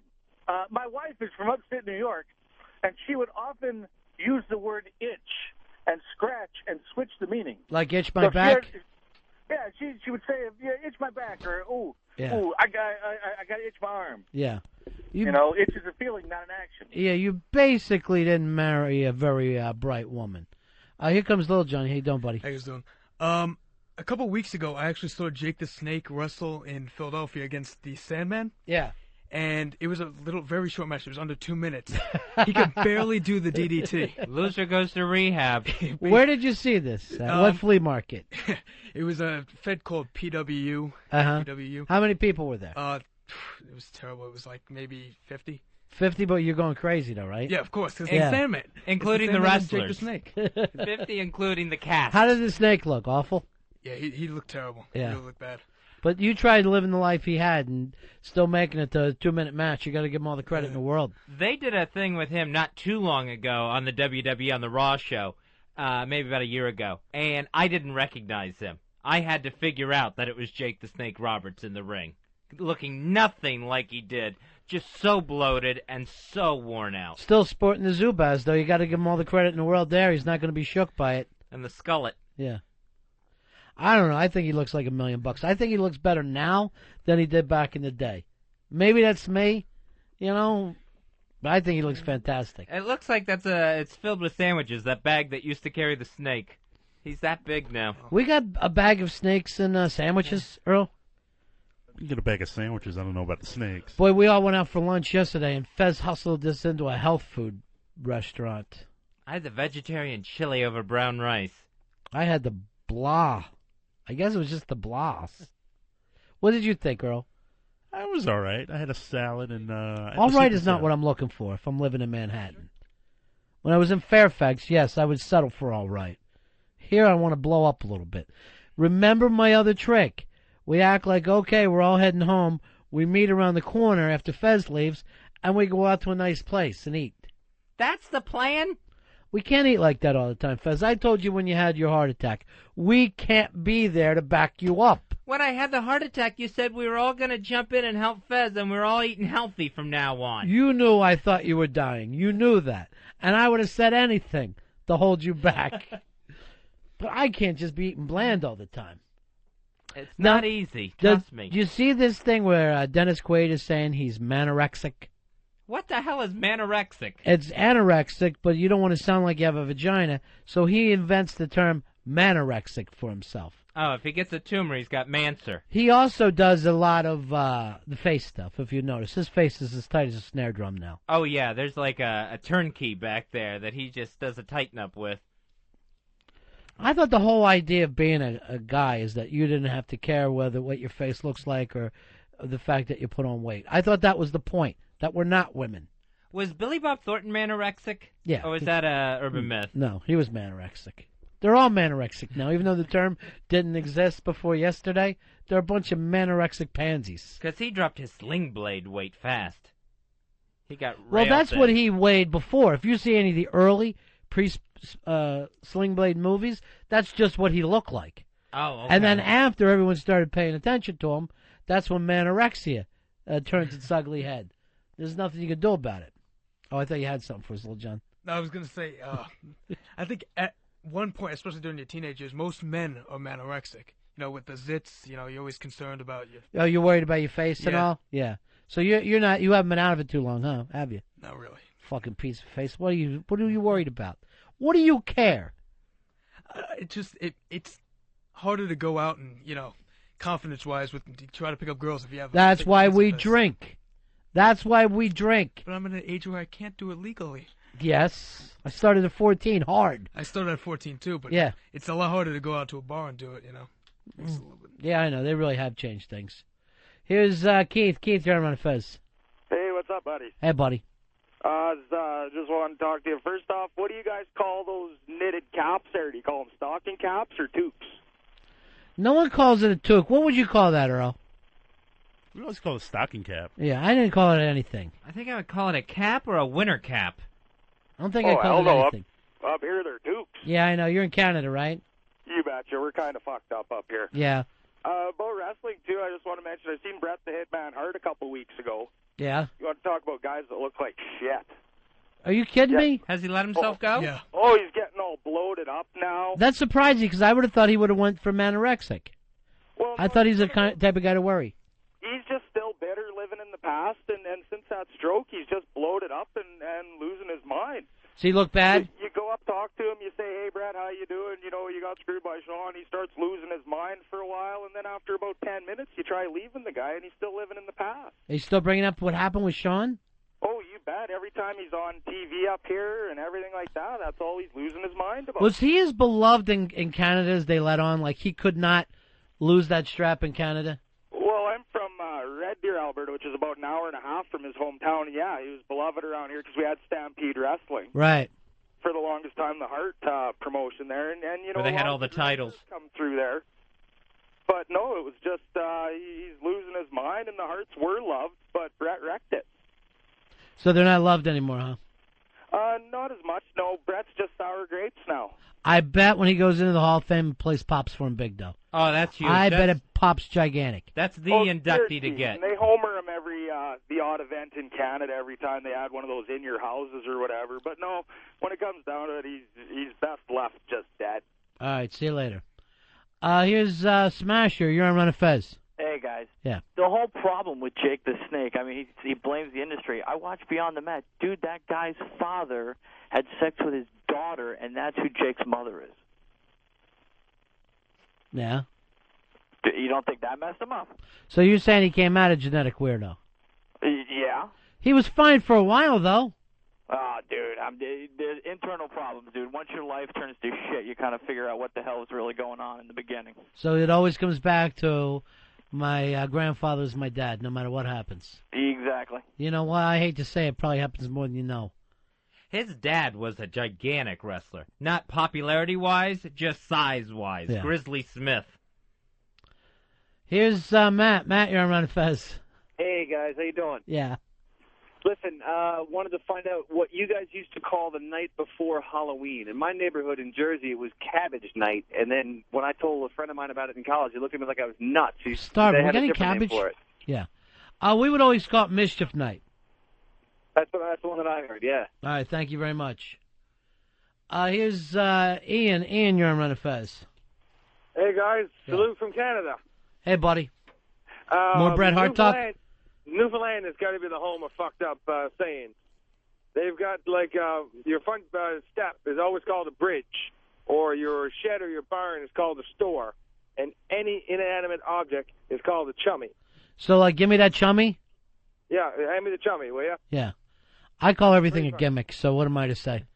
I've heard the bridge thing. I've never heard the chummy thing. The chummy thing, like, that's huge. And even when I visit, I come back saying it for a couple months. It's addictive.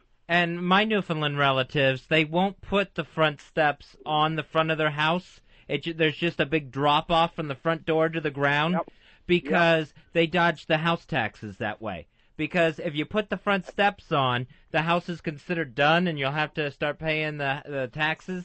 So as long as it's still under construction for the past 30 years, you don't have to pay that. How do they get in there? You got to climb in a rope to get in their house? You go in the back door. There you can get in. You backed this up, Ian? Oh, yeah, that's so straight on. And another thing, you were talking about Coke. Everything there is Pepsi. Everything there is Pepsi. No matter what it is, I'm having a Pepsi. Yeah. Or I'm going to go take a Pepsi when you want to get in the shower. Yep. Crazy bastards. Crazy Newfie bastards. It's just so cold. There's nothing else to do. I'd rather have Jake the Snake's blood pumping through me and that DNA than yours, Fez. I got to tell you the truth.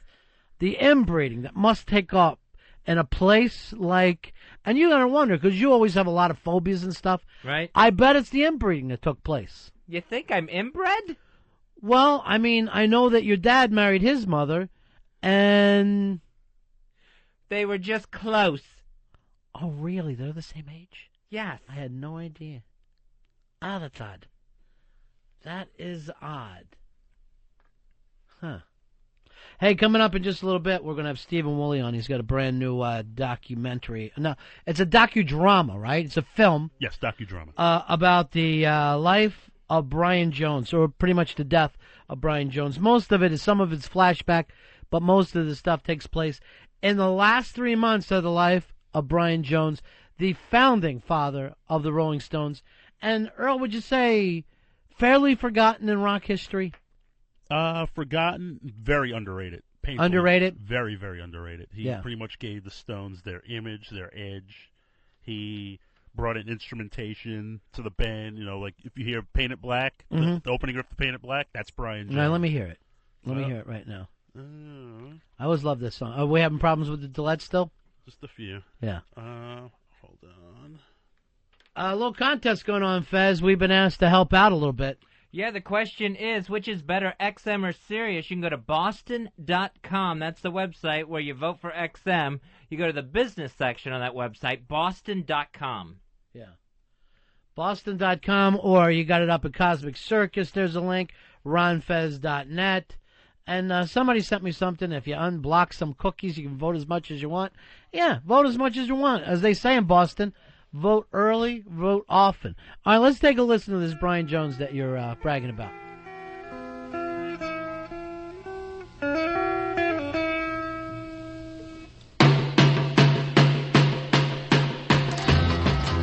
That is great, Earl. I see a red door and I want it painted black. No colors anymore, I want them to turn black. I really do love that era of Stones music, though. Yeah, it's got a little bit of everything. It's got a little bit of blues. It's very psychedelic in spots, and then it's just flat out great rock and roll. All right, why don't we go to break? We come back. Stephen Woolley will be talking about his brand new film, Stoned. Stoned, it's all about Brian Jones and the weird stuff that took place around his death. After watching this, I was surprised to know the angle they took, because I always thought it was rumored, but they deal with it as if it was direct fact, the way Brian Jones died. I guess it was, 1969, Earl? July of 69, yes. Yeah. 27 years old. If you're going to be a rock star and you die, it's always 27. Some people get weird and go 28, but there's something weird about the age 27 for rock stars. We'll take a break. We'll be right back with Stephen Woolley. It's the Ron and Fez Show.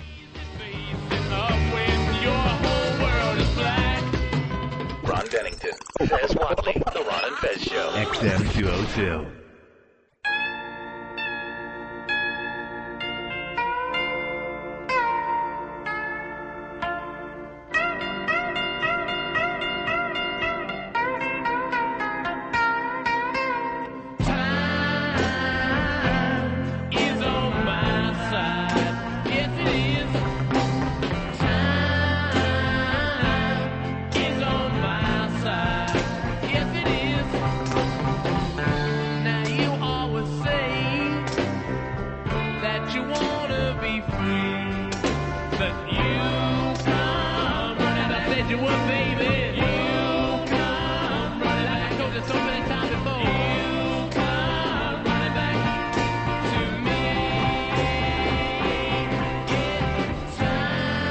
The Rolling Stones, the Ron and Fez Show here.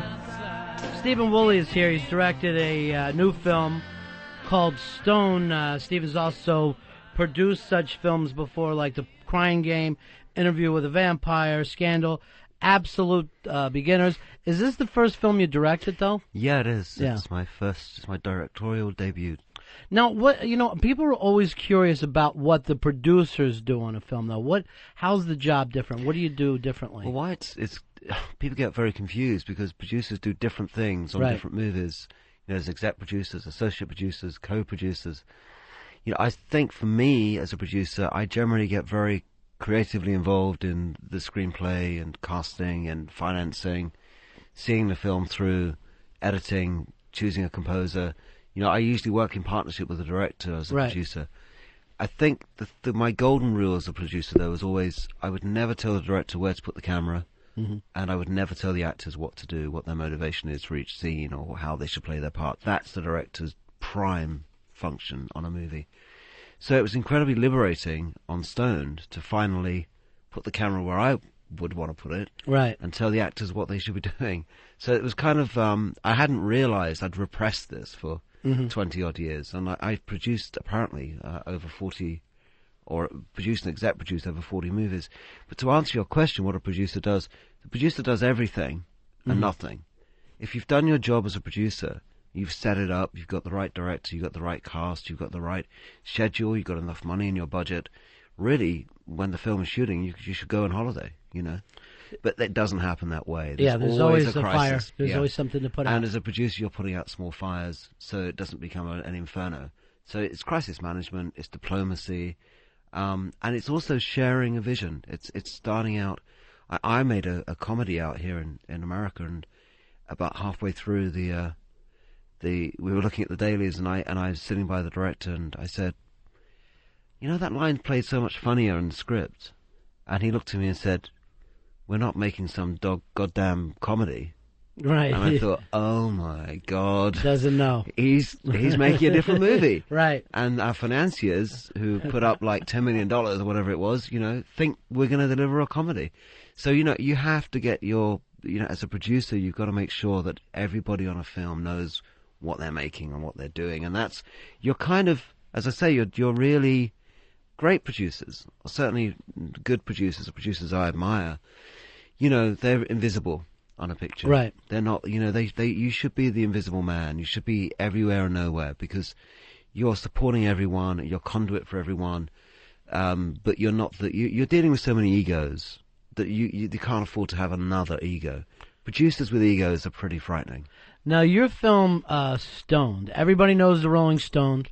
I think some of the younger people probably don't know as much about Brian Jones. I don't know how it still is in England. No, they know nothing. Really, is that Brian true? Jones, yeah. Yeah, isn't that odd? Well, I mean, not really. It's odd to us because we may be of a generation that either lived through it or are fascinated by it, and therefore bought the albums and looked back in time and realized that there was this guy called Brian Jones that formed the band, that was the catalyst for the band, who was the guy who really, was their acting manager at the beginning. Yeah. He was the real inspiration, he was the guy pushing them on. When Mick Jagger was at London School of Economics and Keith Richards was at art school, Brian was the guy who was doing the odd jobs, working to make this vision of the band come true. And I think that's the story people don't know about. And I'm of a certain age.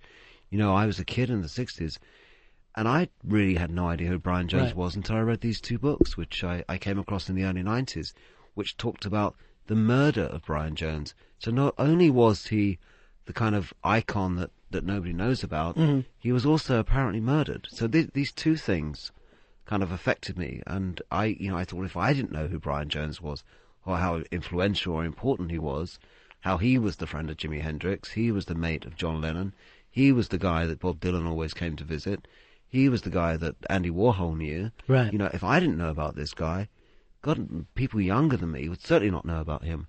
And also, then to discover he was murdered, these two things made me feel, that I should try and make a film about this character. Was he a little bit older than the rest of the Stones? Is that how he kind of... No, he wasn't that much older. He was older in experience. Right. Certainly, when Mick and Keith were they were very naive, they were very young.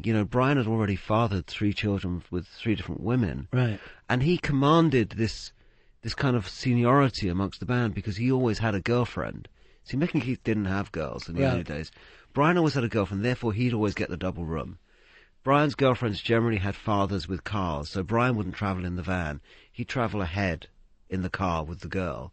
So Brian was always kind of getting these extra sort of, Brian was so sort of fussy about his hair. When they lived in this apartment, this dump in Edith Grove in Chelsea, Brian would always use all of the hot water to wash his hair in the morning. So Brian sort of naturally, like a stag, became the leader of the band in every which way. And they all had to learn from Brian. Brian taught Mick how to play harmonica. He played Robert Johnson to Keith Richards and said, listen to that slide guitar. Right. Let's see if we can make that work. Brian was the kind of natural leader of the band.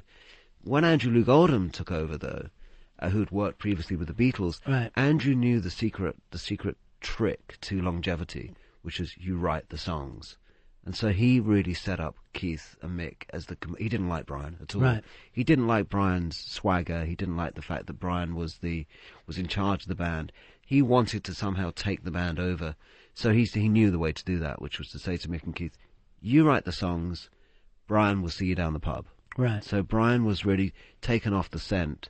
And Brian, to be honest, didn't really like the pop world. He was much more of a Renaissance kind of guy. He liked, the whole world of art. There was no instrument that he touched that he couldn't play, right? He could play anything. It's one of the things I regret about making this movie is that I didn't really get enough of that in there because I was so conscious, because I've been developing this for 12 years, and I was so conscious of not telling the Rolling Stones story, not wanting to play lots of Keith and Mick music on the film because it would have been disingenuous to the memory of Brian. So, I didn't want to put on all the classic Stones tracks, even though I grew up with them and loved them, but that was another movie. I wanted the music that influenced Brian. So I couldn't put on, onto the film too many of the little instrumentations and arrangements that Brian made to those early songs, but he could actually within minutes he could master any instrument. Now, had you heard anything from the Stones camp? No, they. You know, for the Rolling Stones, one has to look at it from their point of view. You know, they are a huge touring monster at the moment. I mean, their North American tour is bigger than anything they've ever done. You know, and they sell out Madison Square Gardens, Hollywood Bowl, anything they want, stadiums across the circus America. has come to town. It's not even. No. It's just here's your opportunity to see this legend, and people go out. I think it's Keith. I think everyone thinks Keith's going to pop his cogs, and they all think, I've got to see the Stones for one last time, and I've got to see Keith Richards. I've got to take my children to see Keith Richards. And people have been doing that since at least the 70s, saying this is going to be it. Yeah, I know he's not going to live. We got to go see him. Everyone else around Keith seems to die. Yeah. Keith never does. No. I mean, if there ever were a candidate for vampire, I think Keith Richards would be it. I mean, that's your next movie. Yeah, Keith Richards as the vampire. But no, Keith, I think, is one of the reasons why people keep returning. And it's also that they are a phenomenon. Mm-hmm. I mean, the thing that Brian was lazy. He wasn't. He would rather record music with Volker Schlornoff in Germany, or go off to the Rift Mountains and record those Moroccan musicians. He wanted to push his mind. He wanted to experiment. But what he didn't want to do is schlep across America, going from hotel to hotel, doing the gig every night. And that pissed the band off, especially Keith, because, Brian used to check himself into hospitals with fatigue. They were all tired. Fatigue just means tired. Right. And so Keith would be laying in a hospital for a clinic for a few days, and Keith would have to play the lead guitar and the rhythm guitar. So Keith and the rest of the band started to get very, very upset with Brian because he couldn't keep up the pace. But who could? I mean, who could? I can't imagine, kids of 25 being able to do what Mick and Keith do now. Sure. And so they're a phenomenal couple, and I think that was the thing that was distancing Brian. And of course, when he died, it was massively convenient because they fired him 3 weeks before his death. They had, ironically, fired him from his own band, the band he had formed. And it was always the thing of, like, he was pushed out, and that also was devastating. Do you believe that to be true? Or? Well, what was interesting, what I think, from reading all the books and all the research I did, and I've done a hell of a lot of research, what really sort of surprised me was that they took so long to fire him. Right. Because in 1967, Keith Richards ran off with Anita Pallenberg, who was Brian Jones's muse. She was one of the most beautiful women in the world. And he did a very good job of finding somebody to play that part, too, because that girl's stunning. Yeah, she's stunning in the film, and she's absolutely stunning. And Monet does a great job as one of the most beautiful women in the world. And what happened was, by taking Brian's muse, this incredible model, who could speak Italian and German and English and, was friends with people like Kenneth Anger and Volker Schlornoff, big, German filmmaker. By running off with Anita, because the S&M relationship between Brian and Anita was becoming more S for Brian, he was becoming more and more sadistic, Keith recognized that, grabbed Anita, dumped Brian in Morocco, and that was the point where Brian had lost his best friend, which is Keith Richards, and his muse. And he never found another muse that was quite like Anita Pallenberg. So losing Anita to Keith in 1967 was really the turning point. That was the beginning of the end for Brian. But for 2 years, they kept going with Brian. Right. And, he was slumped out and recording sessions. He didn't turn up for days, weeks, They had to overdub other musicians playing his parts. It was terrible. Brian was on a downward spiral. And the only conclusion I can come to as to why they didn't fire the guy and why they took so long was that Brian had all the street cred. Right. It was Brian that Pete Townsend looked up to. It was Brian that the other bands at that time, it was, Brian went in 67 to reintroduce Jimi Hendrix back to America. It was Brian who was the kind of main guy of the Stones. And Brian was hanging out with Nico and Janis Joplin in Monterey when Jimmy played there again. It was Brian that was the guy you saw at the parties. Brian was the articulate one. He could talk the music. And, Keith and Mick slowly became articulate themselves, slowly began to become, much more in touch with the world that Brian had always lived in. And so his demise was, in parallel to their rising. And I think in the end, it came to a point where they had to tour America again. Mick always wanted to crack America. That was very important for the Rolling Stones. And they realized they couldn't take Brian. He'd now literally become a passenger. And as Keith Richards often said, we couldn't afford to take any passengers. That was it. Sure. We're speaking with Stephen Woolley. His new film, Stone, docudrama about the last days of Brian Jones. That opens this Friday in New York and Los Angeles. Now, were you the house that you used? Was that the actual house that the murder took place, or? No, we found a better house, and it's not a docudrama, and we're releasing it next Friday.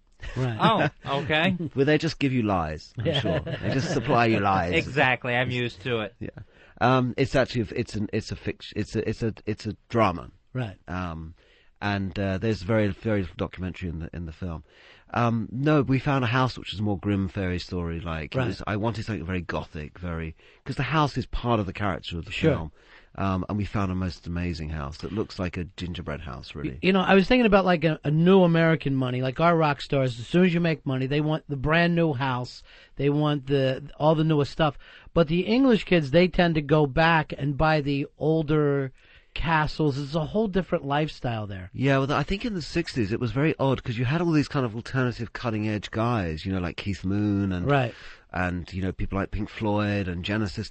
And the first thing they do when they get money is they want to be Lord of the Manor. Right. It's kind of weird. They want to get the big Rolls Royce, the big white Rolls Royce, and the big house in the country. And that's kind of odd because they're supposed to, be city guys, and, right like in the middle of everything, urban guys. But right. they all they really want to do is run off to the country and act like squires, which is what Brian was absolutely like. Right. He squired it up. He would go down to the local pub and buy all the locals drinks, and he became the kind of the little baron of his area.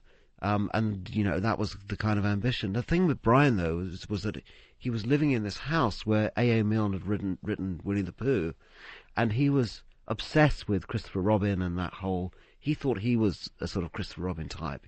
He would never get old. He'd always be. There's like a Michael Jackson Prince thing about him. When I was watching the film, I was thinking of both those guys in modern terms. Yeah, no, very much that Michael Jackson thing of kind of being like a child man. Yeah. And that was the weird thing with Brian, his obsession with Winnie the Pooh and stuff. Like for a 27-year-old is a bit odd.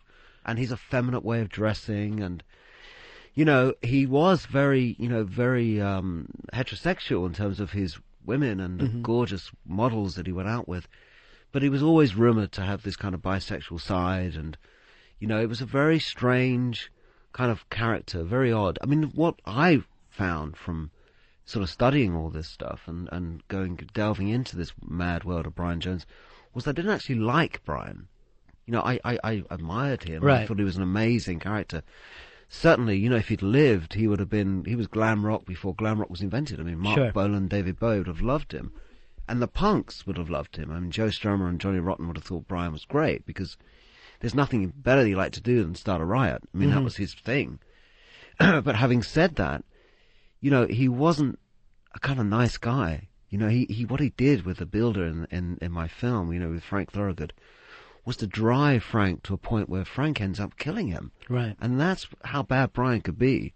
I mean, you speak to anyone who really knew him, you'd walk into the room and you'd see the good Brian or the bad Brian. And if the bad Brian was in the room, you'd leave. Get your coat. Leave the party. Don't even bother to be around. If the good Brian was there, take your coat off. It was going to be a great night because Brian was funny and charming and witty and amusing, and he just had two personalities. Keith Richards once said, Brian Jones is the best bunch of guys I ever met, and that's what he was like, and that's what I tried to put over in the movie was that kind of weird shift all the time, the way he would welcome Frankie in, you'd get drunk with him and tell him his life story, and then the next day he'd see him with the builders and he'd pretend he didn't know him, move the wall. Right. But it's a war. Just move it. The guy who plays Frank Patty, Constantine, is it? Constantine, yeah. Constantine, who's unbelievable. In America is one of my favorite films he's done. He played this like maybe Frank was a little slow to begin with, though, right? Yeah, I think the thing about the Frank character for me is, I was born in North London in Islington, and most of my uncles and my dad had fought in the Second World War. Mm-hmm. And they weren't old guys. They were kind of in their late 30s, some of them in their mid-40s, you know. And yet, in the 60s, time had passed them by. You know, London was a bomb site. It was totally a bomb site, still in the 60s. They were still repairing it. And whereas in America, you know, you didn't really have the blitz that we had. Right. You know, we had this terrible blitz, and people like Frank I knew really well. My uncles were very kind of bitter and a little angry. And whenever the Rolling Stones or the Beatles or the Kinks would come on TV, my cousins, who were older than I, you know, they would be watching it, and my uncles would come back from the pub, and they'd whack them around the back of the head, and they'd tell my cousin, you know, get that miniskirt off, the boys and the girls. Right. You know, it would be terrible. You know, it was like this generation gap was so wide. The war had created this kind of, this euphoria in the 40s and 50s that was replaced in the 60s by this kind of bitterness and anger. That we really, what have we achieved? And you don't win a war by getting out of bed at 3 o'clock in the afternoon. You know, you win a war through discipline and order. And here were these ill-disciplined, you know, effeminate-looking guys getting all the money, getting all the girls, getting all the fame. And here were the guys who fought for that, getting nothing. Right, because there was no real way of moving up in business in England. No, you know it was what I mean? class-dominated. Pretty much class-dominated. Yeah, you didn't step out your class. And these kids were stepping out their class. You know? Right. And that was both fascinating but also frightening for the guys like Frank, that they weren't getting what they expected. So he represented for me, in the film, what Britain was really like. Britain was black and white. You see him at home watching these horrible TV shows that we all watched. Right. You know, we only had 2 channels, so you couldn't. You know, it was rubbish on both sides. You sat there with your meal on your legs. You know, boring, horrible, stodgy English food, and life was without any reward. Right. So for this guy to suddenly be plunged into the world of Brian Jones, who he would initially hate, right, and then for him to start to be taken into this world and given a small taste of what the world of Brian Jones might be like, the world of these rock stars would be like, you know, Mick and Keith, and this kind of glamorous world of girls on tap and drugs and money on tap. For him to get a taste of this was extraordinary, and it basically, he tasted too much. Where were the cops? How come there wasn't an arrest? Where was the detective work? Well, it's the middle of the countryside. The 2 guys who arrested Frank truly believed that he was guilty. They were told from London that Brian Jones, drugs, alcohol-related death, it's a score for the establishment. Right. They had been after the Beatles. They had been after the Stones. They'd been placing drugs on Brian Jones. They'd been desperate to get a high-profile arrest or a high-profile death in order to say to the youth in the 60s, do not do this. You know, kids, don't do it. If you become like Brian Jones, you'll end up like Brian Jones. Right. And there was an awful time when Bill Wyman and Charlie Watts went to his funeral, and the vicar at the funeral in the pulpit, which was a packed church, you know, basically lacerated Brian Jones for what he had done. This was an evil man who'd done terrible things, you know, and it was a great score for the establishment. They went very softly on the investigation. And what I did over the 12 years was I dug up, you know, Anna Wolin, who was the girlfriend at the time. I found her in Stockholm and I brought her to London. There were 2 books that were written about his murder, so-called murder, but they said there was a big party going on and there were all sorts of people there, and I didn't buy that. I bought the rights on the book, so I had to cover myself, but I didn't buy what they were saying about his death. So I found Anna Wolin, and she came to London and she published her book, The Murder of Brian Jones. And what she said to me was it was a very quiet night. There weren't a lot of people around. There wasn't a big party going on. And she doesn't remember all these people that the books say were there. She remembers it was a very hot summer night. The pool was turned up. There was steam coming from the pool. Brian was an incredibly strong swimmer, even though he was he was addicted to those asthmatic pumps, but he wasn't really an asthmatic. And so, you know, it was a very quiet, eerie, hot night, and you know, English summer's night. So this contradicted an awful lot of what these conspiracy books were talking about. And I bought the rights on her book, but then the police thought they might reopen the case because all these books were appearing and all these rumours were circulating, but they didn't have enough information. But what they told me was that Janet Lawson, who was this nurse who happened to be there that night, had disappeared off the face of the earth. In 1969, she walked out of the inquest. The police couldn't find her.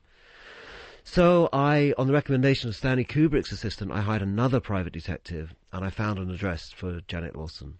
And I wrote a letter to her saying, look, I know you won't speak to the police, I know you won't speak to the papers, I know you won't speak to any of these books, but, you know, I've produced Michael Collins and Scandal and Interview with the Vampire and all these movies, and I would really like to do a proper film about that, you know, Brian Jones.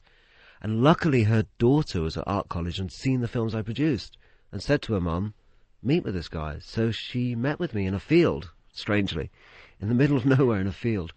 And I taped it for a couple of hours, our interview, and then I took her back to the house a few weeks later and back to the pool where she found Brian's body. I reintroduced her to Tom Keelock, her ex-lover, and I videotaped that for about 4 hours, and them just in conversation about the time and the period and what was going on. And she, again, concurred with Anna. She said there wasn't a big party. She said it was very eerie. And she told me things that she should have told the police. She said that Frank tried to molest her. She said Frank put some strange substance in the food that made her sick. Mhm. She said that Frank was shaking so violently that when he came back to the house to find a towel, he couldn't light his cigarette.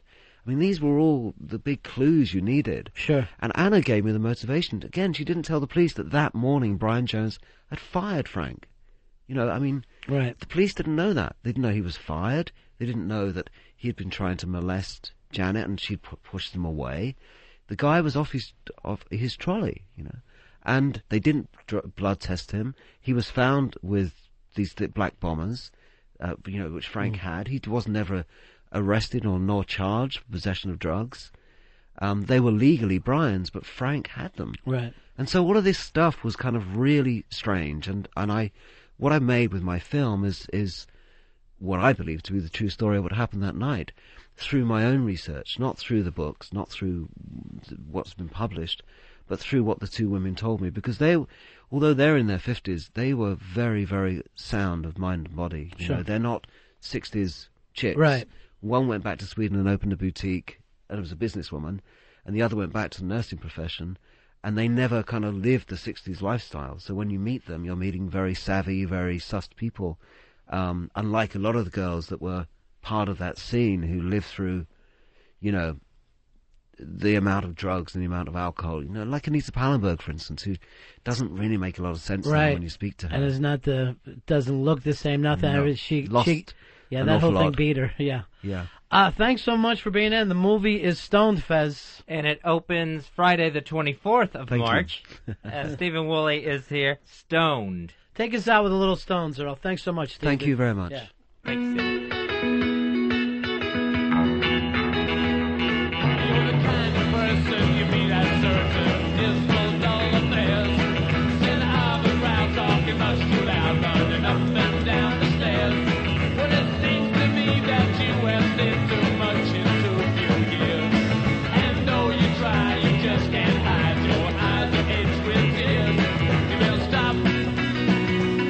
Look around.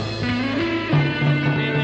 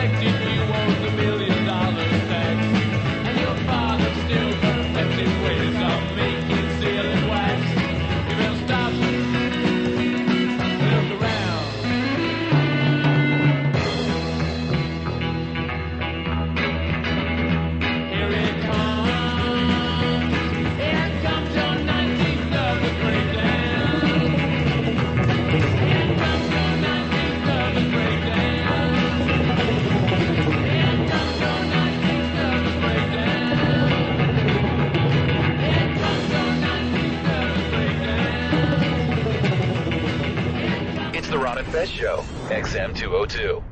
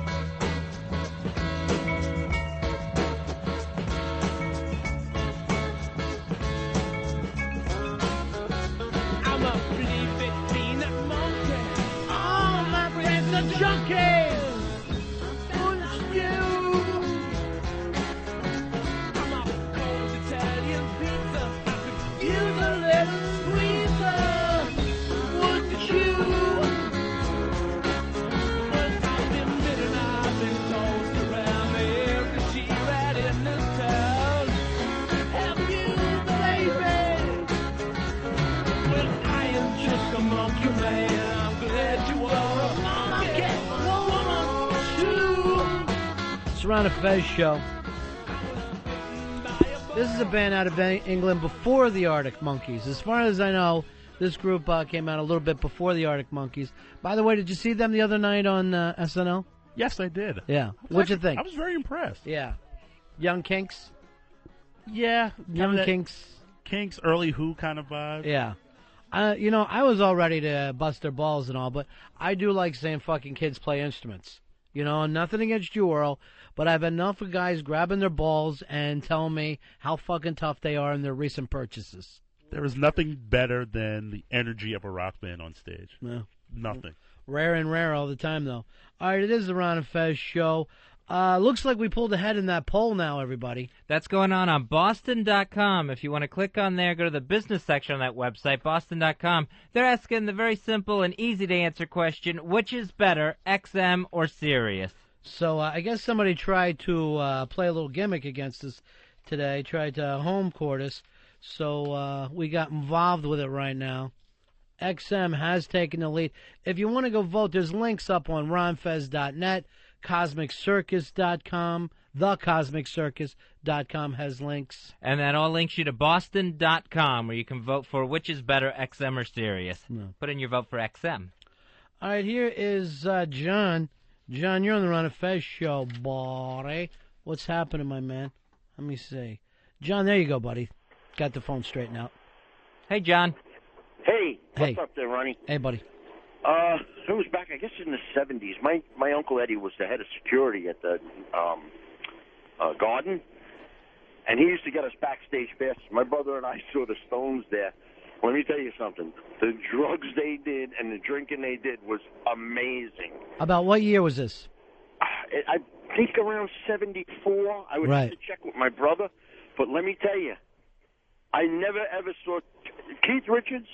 The man, he sleeps in a casket, man, because, oh, my God, I never seen anybody do drugs like he did. Well, everybody is so proud of Keith now because he just drinks. And the man is never without a drink, and they're going, oh, he's doing great. He's the best. He quit heroin. He's really turned it around. Yeah. He's been drunk for over 30 years, I guess, then, because At least. I'm telling you. Yeah, thank you very much, John. Yeah, he was a big drug addict, and now is just a man who enjoys a drink every now and then.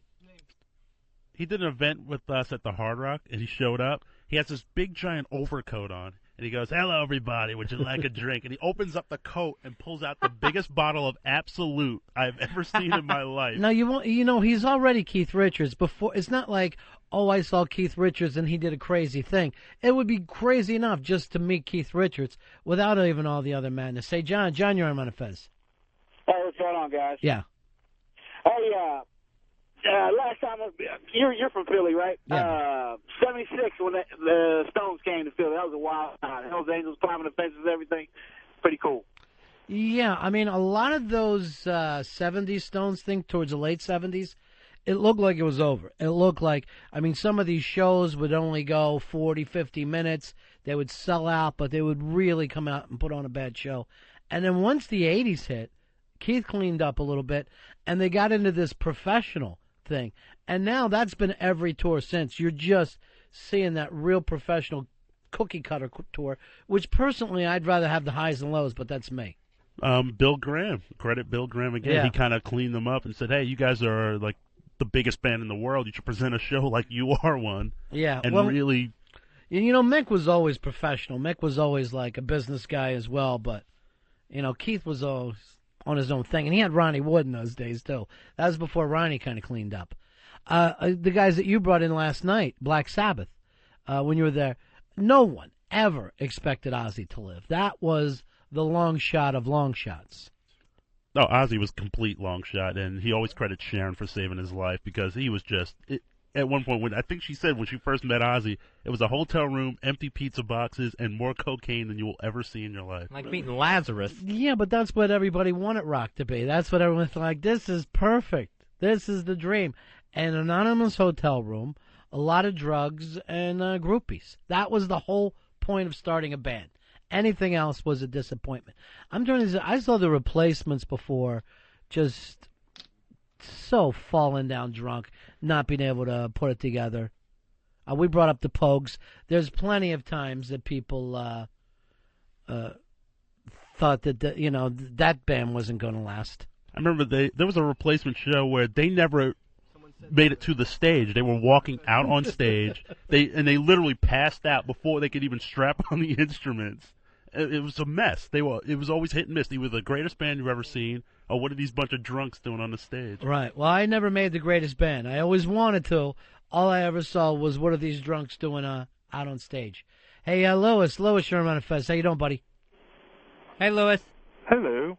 Yeah, I'm curious on this XM Sirius voting thing. Yeah. Unless you have both units, how are you supposed to make an informed decision on this? It's like asking someone if they prefer the taste of beef or rat. Well, unless you've had both. Right. But see, here's the thing. I think that, for those people out there that don't have either, they're the ones reading the polls and looking it over. So I would pick beef over rat. I like to think of us as the beef in this one. Big Beefy XM. Put your vote on Boston.com. Boston.com, and there's links all over the websites right now. Here's Mike. Mike, you're on Ron and Fez. Mike, how you doing, buddy? Hey, how you doing? Yeah. How's it going? Good, man. Hey, I had shots one time with Keith Richards, and he taught me some chords to smoke on the water. The guy is amazing. Well, I mean, if you don't know the chords to smoke on the water, I'm not sure you should be holding a guitar. That's lesson one right there. Hey, Paul, you're on Ron and Fez. Hey, guys, how you doing today? Good, man. Good. I was wondering, who do you think is the ultimate, when you think of the lead guitarist of the Stones? I mean, you got Jonesy, who's the original. Right. And you got Mick Taylor, who put out, I think the best stuff with Exile and, Everybody, Sticky Fingers and whatnot. That's the thing. No one ever remembers Mick Taylor, but those are the albums. When you think of the real Stones albums, it's the ones with Mick Taylor. But best stuff, Exile, Sticky Fingers, most of Let It Bleed. Yeah, and he just never looked like a Stone. He never acted like a Stone. He was always the outsider, I think, in all the video stuff that I've ever seen. And then Woody's been in the band over 30 years, but he's still the new guy. He is still the new guy, or East Side Dave, as we call him. Thanks, guys. See you later, buddy. Here is Anthony. Anthony, you're on Ron and Fez. Hey, Ronnie, how you doing? Good, buddy. What's up, buddies? Listen, I've been listening. I hear a lot about the Stones. Yeah. I don't think that they hold up musically, and especially in terms of influence to the Kinks. All you got to do is watch TV, and in every other commercial, it's a Kinks song. Yeah, they do. The Kinks were an amazing, amazing band. Ray Davies back on tour, I believe, this summer, right? Or now? That's right. He's on tour now. Yeah. I'd love for you to get them, to see if you can't get them in, Earl. Well, we've been working on that one for a while, but Yeah. Ray's a little particular. Let's just say that. Yeah, I know he is. Kinks, amazing band, and yet when people start to list like the big 60s bands, the Kinks never make even the top 6, 7. Everybody's always above that. Here's Tony, you're on Ron and Fez. Hey, how you doing? Yeah, buddy. I just wanted to make a comment on that caller that called in and said he couldn't make an informed decision. Let me tell you what, I've been forced to listen to Sirius because this damn company I work for put Sirius in all their damn trucks, and I had to go out and buy XM because I knew which one was better. Oh, thanks, man. Make sure you vote at Boston.com. By God, yes, man. All right, thank you, brother. Here is John. John, you're on the Ron and Fez show. How you doing, buddy? Hey, John. Hey, what's going on? Hey, buddy. How you think the Ramones hold up against? I got two things. How you think the Ramones hold up against the Kinks, right? And back to what you were doing earlier with the comparison of words. How you do with Porch Monkey and Moulion?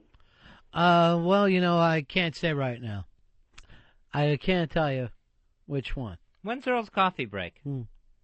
Earl drinks tea. Oh. Earl takes a high tea, is what he does. Relaxing. What did he bring up? The Ramones? It's a whole different era, but both of them are in the Rock and Roll Hall of Fame, right? Yes. Yeah. Jason, you're on Ron and Fez. Afternoon, boys. Yeah, buddy. Hey, Earl, I've got a question for you. Do you think that Rush should be in the Rock and Roll Hall of Fame? My vote is for no. Where do you go on that, Earl? At the moment, I would say no. I would say no, and if they even visit, I think the place should be fumigated. That's just me. They stink that bad? I'm just saying for myself. It's just one vote. Dry Box, you're on Ron and Fez. Yeah, apparently I'm not in the majority here, but I think Keith Richards is probably one of the worst guitar players on the stage. I don't think anybody ever called him one of the great guitar players.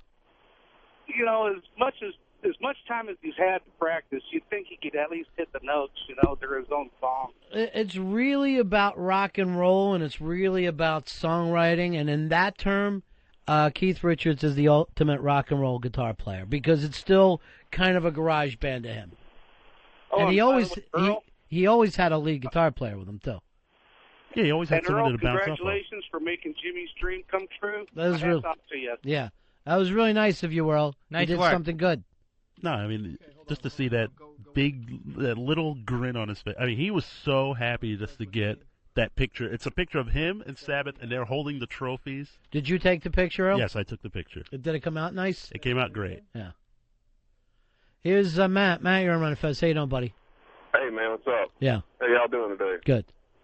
Hey, I'm not talking about musically, but you were talking about who did the most drugs, like the Stones or, people like that. Well, what about Motley Crue? Them guys are couldn't even hardly hold their instruments in the fucking 80s. Yeah, they were a mess. They were really, when you have a song called Kickstart My Heart, because you're so fucked up, your heart is stopped. Yeah, there's no doubt about it. They There's were. a picture of them. Yeah. I was backstage at a Vince Neil solo show right after left the crew, and so messed up back there. It was those people trying to get him on stage. I mean, getting on stage was a goal down the road. It was just understanding English again.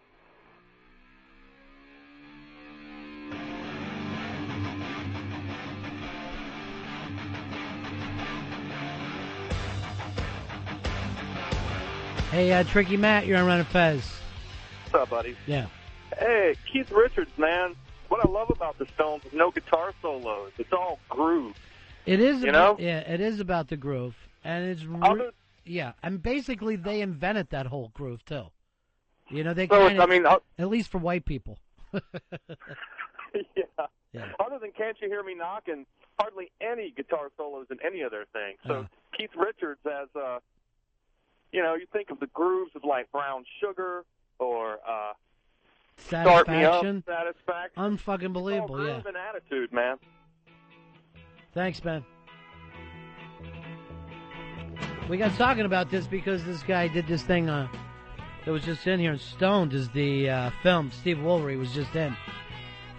It was really a bizarrely different time now, the 60s, I guess.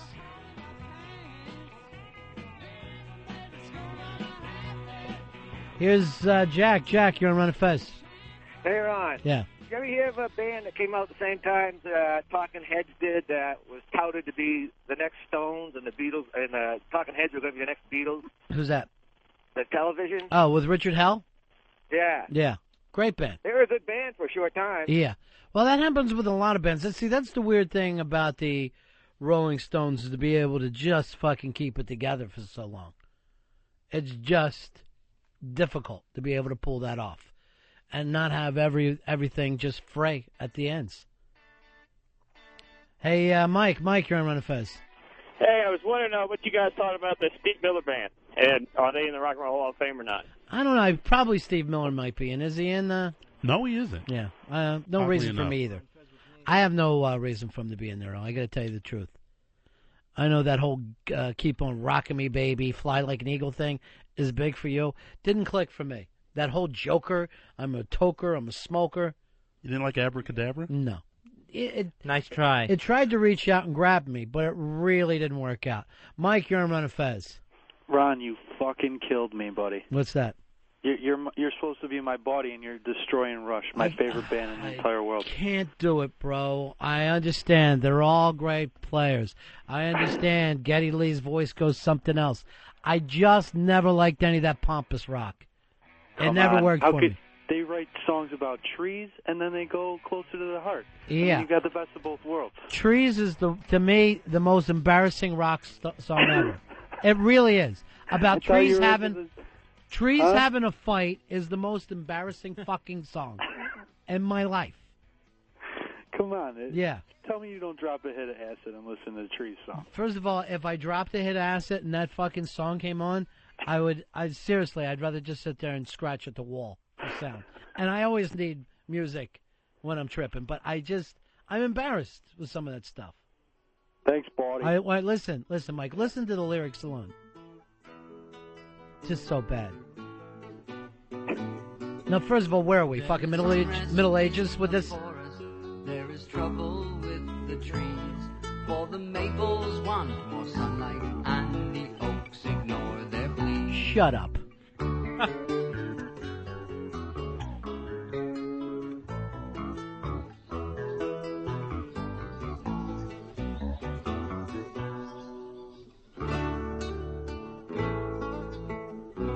What is this, Songs from the Wood? Stop it. Oh, we're getting heavy. Now we're rocking the Renaissance Fair. Yeah, everybody at the Renaissance Fair loves this because trees are fighting.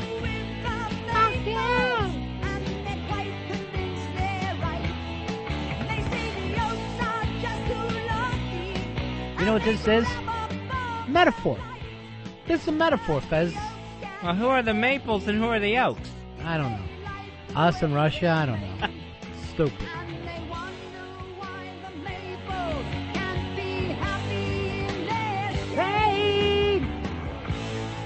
All right, just stop. I can't even goof on it. It's too painful for me. Hey, Rusty Knife, you're on Ron and Fez. Listen, wait, Hey, what's up, bud? wait, just do this other part. Oh, God, I hate it.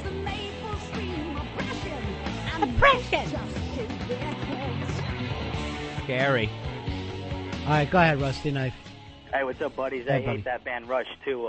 What about Steely Dan? They have some of the best fucking tunes around. Yeah, they're in the Hall of Fame. What's up, Glenn? All right. Earl, you welcomed them into the Hall of Fame, didn't you? Yeah, I love Steely Dan. Yeah, me too. And I might have a present for you from Mr. Donald Fagen. What's that? The new album. I was hoping it was going to be steaks. I would have been so happy if he would have sent steaks over here. Steely So steaks. this is a single, a solo album he's doing? Yes, it's called Morph the Cat. Okay. Is that okay with you, Dave? Thank you. Here is Scoter. Scoter, you're on the Ron and Fez show. Hey, Scout. We're not even going to try it. Not even worth it. Hey, it's our buddy Paranoid. Perry, how you doing, pal? Hey, what's going on, guys? Great show today. Yeah, every day. Exactly. Listen, I've tried to party with rock bands before. Growing up reading these rock and roll magazines, you get on the bus, and there's only been one band that I've met that actually took me up on an offer to split a bowl, and that was George Clinton. Everyone else basically kicks you off the bus or just, ridicules you, Like, hey, you want to smoke a bowl? They're like, get off the bus, dude. We don't partake. It's like, Perry. what happened to rock and roll? Perry, you don't have tits. The only people that have ever been welcome on a bus was women with tits. You're or right. if you had some sniz. I know. Do you remember that band Dishwalla? Yeah, sure. They were around. Counting for blue cars? How many are they up to? Yeah, I think they're up to 800 blue cars. They invited us on the bus, and as soon as I tried to get on, they were like, no, we just meant your chick. It's like, oh, thanks. And she goes on the bus, and I got to stand out there and wait for her. I'm going to tell you what. One time I had to bring them out on stage, and I saw as many people on fucking backstage as they were in front. So Dishwalla, I don't even know how they had a bus. Yeah, they got a bus, and they're really nice guys, but they only want to hang around with chicks. I got news for you. I had to do the intro for them. I had my fucking car keys in my hand. Going like this, ladies and gentlemen, here they are, as I'm pointing with my fucking car keys. Because by the time they had the third chord, I wanted to be out of the parking lot. I can't blame you. But again, George Clinton, he'll take anything from anybody. But he's good that way. Rock and roll. I'll just say this. I know Flat had some experiences that worked out on the right side. And let me just say this. There was a little band called Dog Star where one of the more famous people could go down to the plate like the best of them. Right down like the best of them. Here's Turtle. Turtle, you're on the air. How you doing, buddy? Hey, Mahabone, Ronnie. Yeah.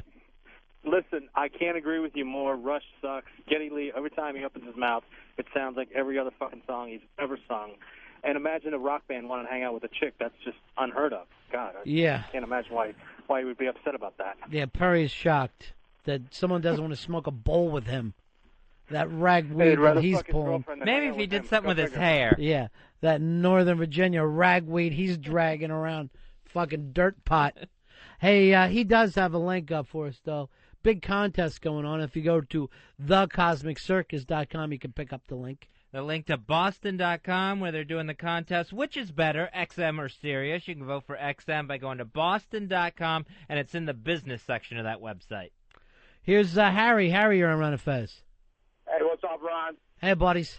How about, I got to just figure out one thing. Rush might suck, but boy, they had an awesome drummer, man. You know, I just feel like I've been at every party I ever had in my life of someone that tries to convince me that Lack of Soul matters. If you love them, that's great for you. I'm not tearing the band down. I'm just saying they never worked for me. Ron, I'm about a band, I believe, out of Flint, Michigan called April Wine. I always thought they were a Canadian band. Oh, the 20th Century Schizoid Man. Yeah. Yeah, I might be wrong. I thought they was from the Flint area. Yeah, I think they're from Canada. Here's Jerry. Jerry, you're on Ron and Fez. Jerry. Yeah, how about the Grateful Dead there, Ronnie? You can't deny them as a fabric of rock and roll history. Those guys are, just look at their fan base. I mean, I'll be hard pressed to find a less dedicated group of people. Yeah, I mean that's the thing. Here's the thing about the Grateful Dead. If they did 50,000 tickets in one town, they would travel, 8 hours to another show, another 50,000 people, but it was the same fucking 50,000. They should have just went one place, like Elton John in Vegas, just built the Grateful Dead Stadium and just played there and let people build houses around them. That's what they should have done years ago. Yeah, but their definition of rock and roll, I mean, those guys there's highs, there's lows, they're nonconformists, never cookie cutter, Here's constantly the thing. different. Could you go there? Could you go there straight and listen? That is the fucking thing. If you're not tripping and if you're not high, is it still good? Well, I trip at every show. I'm not Thank you. So what you might be a fan of is acid. I'm not saying that definitely, but I'm saying it leads that way. Earl, you've never been high at a show, right? No, not at all. And still a music fan? Yes. You gotta try it, Earl. Here's Darren. Darren, you're on Ron and Fez. Ron, I'm going to have to disagree with you. Geddy Lee has some of the most progressive bass rhythms out there. Wait a minute. Here's the thing that you said. You can't listen to Tom Sawyer and not bang your head. I can. And here's the word that fucking turns me off, progressive. And art rock and that whole thing, it just doesn't work for me. I'm not saying it's not wonderful. It's got soul. But there's no fucking soul there, bro. I'm black. I know what soul is. Any black guy at Rush, I'm going to go out on a limb and say he's not black. I want to go that far. You put on your hush puppies and go to a Rush show. He was at the Sore Thumb tour. Yeah. All right, thank you.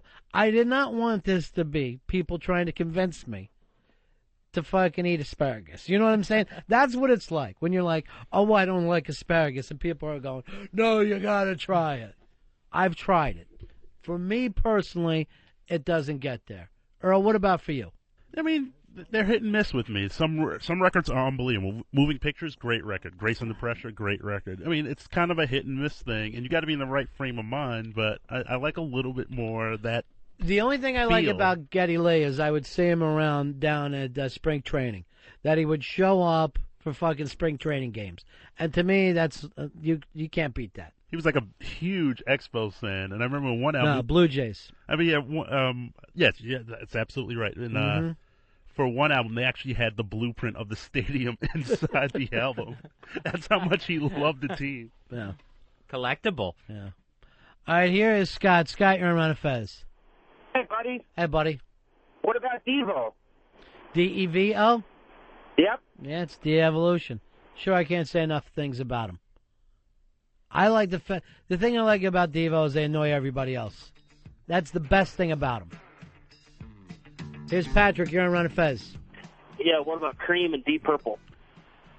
Cream, yes. Deep Purple. Come on. It's just a fucking silly thing. And believe me, I've been in the fucking car. I understand. I was a highway star myself. I get it. But then we grow up. We have to move on.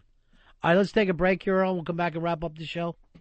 Fez, you want to plug that website one more time? Sure, it is Boston.com, where you can go vote for your favorite XM or Sirius. Vote for XM there at Boston.com in the business section of that website. Now, when we started the show today, Fezzy, we were losing this battle. Now we're up 57% to 42%. Keep on voting. Let's get all of the fan sites out there. RonFez.net. Whackbag.com. Of course, all links to Boston.com. TheCosmicCircus.com. You can click the link there. And we also have MySpace as well. Oh, yeah, Ron and Fez at MySpace. We got the Post Tours. Is that .net? I think it's .net. Yeah. So anywhere out there, put the link on there. Let's smoke these guys. We'll be right back. It's the Ron and Fez Show. I'm coming down to the ATL. That's right, Hot Atlanta. Jim Norton heading down to the Punchline Comedy Club. March 16-18. That's this Thursday, Friday, Saturday. Box office number is 404-252-LAUGH, L-A-F-F. That's 404-252-LAFF. March 16 through 18. Thanks, Steve. What's this note say? Atlanta has... Yes, it does. And I'd appreciate it if none of them came to my show.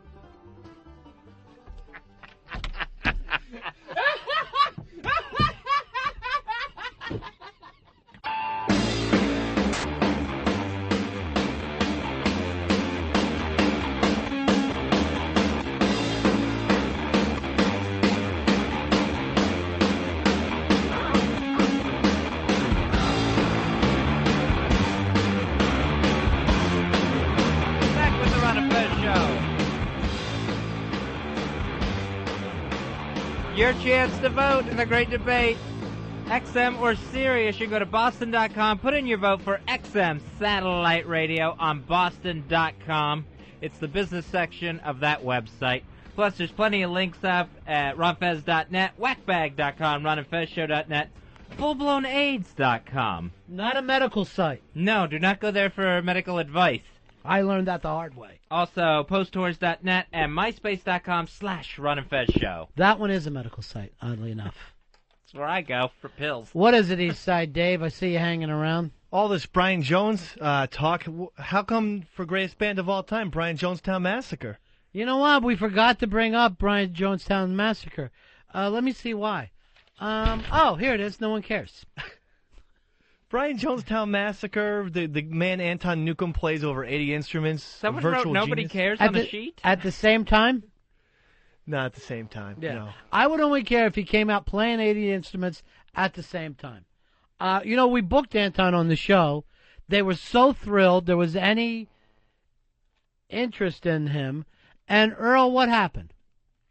He bailed on us. The record company guy was like, Anton, he's disappeared. He doesn't want to do anything. He literally can't find Anton. They couldn't find him. That's rough. Yeah. Dropped out. So you know what we'll just do? Play the Dandy Warhols all day long. The Dandy Warhols are my favorite band. He's a very mysterious guy, kind of like Brian Jones with the Town Massacre. After. No, Brian Jones actually got famous. Oh boy. Well, it is true. There is a great documentary out called Dig, a great rockumentary. Oh, yeah, about the Dandy Warhols. I love those guys. They're my favorite. What a bunch of pussies, the Dandy Warhols. And that lead singer, Courtney Taylor. Can you get any I love sissier. him. I fucking love him. Listen to this crap. Love it. Yeah.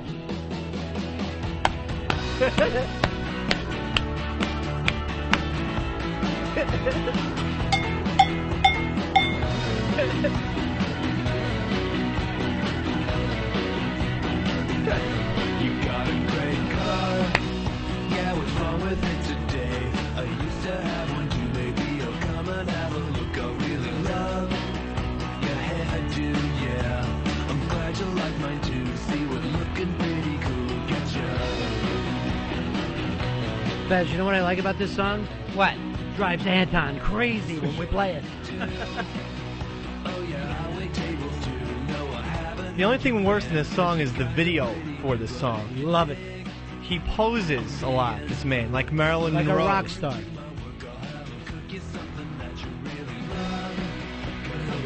you, yeah, I like you. And it feels so bohemian like you. Yeah, I like Come on, Hooky. You feel the hook. Too hooky. It's too hookerish, he. Plus, that little chick is cute as hell. Zia? Yeah. I don't like any chick that'll sing with no top on. That makes me feel like I can get behind the band. Hey, Tony, you're on Ron and Fez. How you doing, buddy? Hey, Ronnie, how's it going? Cool, buddy. 104.76. No, way to go, old school. Hoo-ah! Yeah. I got a question. Do you think a band like Radiohead or Beck has a chance to make it in the Hall?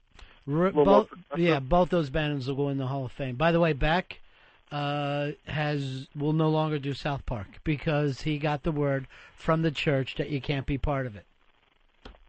So don't look for Beck on South Park. That must be in the Sunday worship folder. I guess the Scientologist thing, when they make the move, you got to follow, right? Yeah, I guess you get your walking orders there, your marching orders. Because when we heard Isaac Hayes on O&A, he seemed like he was okay about the jokes that South Park did and did the, hey, you got to roll with it. Then he got the big call from the Scientology Pope. I don't know who exactly that is, the mystery Pope of Scientology, and said, no, you're out of there, bro. Yeah, because that Scientology episode aired in November. It airs again tonight. Oh, nice. So he's getting out now. Yeah, back on. So he's got to get out of there before it reruns tonight. I think he was okay with it as long as it didn't really take digs at Scientology. Oh, yeah, everybody's okay with making fun of other people's beliefs. Sure. Everybody's cool with that. That's the beauty of it. Especially when it's those wacky Baptists, Earl. Scooter, you're on Ron and Fez. Hey, how you doing? Yeah. I tried to get a hold of y'all earlier. My phone cut out. Nobody said anything about Bon Jovi, and they've been out there for, 20 years now, and everybody said they'd never make it past 2. Hey, believe me, I like every housewife in New Jersey, not just Bon Jovi. I think they're all fantastic. You being from Jersey, big Bon Jovi head? Absolutely not. No. Yeah. Even Jersey people have limits, and Bon Jovi's one of them. Really? No. I don't know. Jersey fucking greats Bon Jovi. That giant stadium sold out, I think, 18 and a half shows. And a half. Well, Bruce Springsteen is the real New Jersey. Him, I would even give Danny DeVito as more New Jersey over Bon Jovi. Just do me a favor. Can we talk about music once without Springsteen coming up? I love the guy too, but I would just like to mention other people. I'm surprised they Bon Jovi ran this gimmick. They did the one night only gimmick. This is the only show we're going to do this year, and then of course it turned into 18 nights at Giant Stadium or something like that. Sure, they just never leave. They multiply. Yeah. Bon Jovi fans are like gremlins. Why don't you just do this? Instead, next time, we'll just have those guys hanging from a helicopter, and they can just take the helicopter all around Bon Jovi, and everybody in New Jersey can throw in a few bucks. I mean, I like Richie Sambora. He seems to be down to earth and everything like that. What are you, a child? What do you know if he's down to earth or not? Why would you care? More about the music. Do you like the music? Once. I saw him once on the boardwalk, and he seemed very nice and down to earth. You know, by the boardwalk, that's the whole fucking state, right? The whole state is what you call the boardwalk. So if you see a guy who's having ice cream on a waffle, you feel like he's a regular guy. He's a good guy. Exactly. If they do common stuff. Yeah. I saw him eating ice cream off a waffle. Guy's unbelievable. Hey, Danny, you're on Ron and Fez. Hey, what's up, guys? Yeah. I saw Geddy Lee working at a Godiva chocolate about 2 years ago. Doing a little Stalker Patty joke. This is a nice little rock war that's going on. On the Velvet Revolver website, Scott Weiland's got some words for Axl Rose, where he calls him a fat, Botox face, wig-wearing fuck. That's very uncool. And I'm just wondering which insult hurts the worst out of the somebody three. just Bon Jovi attacked Axl Rose the other day? Oh, that's right, yeah. Why does Axl still continue to get press? He can't understand it. He hasn't done anything in so many years. John Bon Jovi's working his ass off and can't get the kind of press Axl gets. That's the truth, because we've heard your music. But here's the thing. You got to admit, Axl, whether you think he's a nut or what, he's one of those guys, there's at least some mystery around him. There's like, what the hell is he doing down there? It's a mysterious beast. Where Bon Jovi, you know exactly what they're doing. Any day on the boardwalk. Chinese Democracy is coming out soon, and it'll be out. It will be the greatest album of all time. What do you base that on, follower? What is that based on? I based it on a couple demos I heard from the World Wide Web. Well, let me hear one. I'm willing to listen. Go get one. Yeah. Go get one. And I guarantee you, whatever song he plays, this is not going to be on the album, at least in the way he's playing it. It'll be something else. Chinese Democracy. Why not just go, that album didn't work, and you come up with a new name? Why are you sitting here for like 10 plus years acting like you're still... This thing better be a quadruple album. It seriously better be the biggest album of all time. The rest of us had to go on with our lives. Couldn't sit around waiting for Chinese Democracy. I'll be here when it comes out, but I'm not going to be talking about it every day. Hey, Jeff. Jeff, you're on Ron and Fez. Oh, hey, what's up? Hey, buddy. What can we do for you, Jeff? What's that? I'm going to just hang up because you're trying to talk on the phone and listen to the radio at the same time.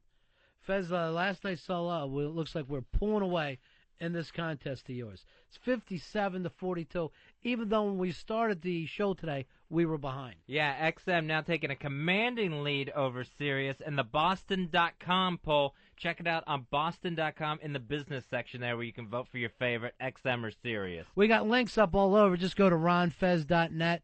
Even thecosmiccircus.com has a link. Dave, have you found this Chinese Democracy that you were bragging about so much? I know you haven't. He acts like he's got some kind of an inside move to what's happening with Guns N' Roses. He's always wired. I think we're not allowed to play him legally. We did kind of get them. We got the demos a while ago because actually I think it was you who sent them to me, and I was rocking out. Yeah. And we're not legally allowed to play them on the air. Why not? Because they're not released. They're demos. Yeah, but we're on satellite. Isn't that all? Isn't that the whole point? No. About being on satellite? No, there would Wasn't that like you can't bust us in space?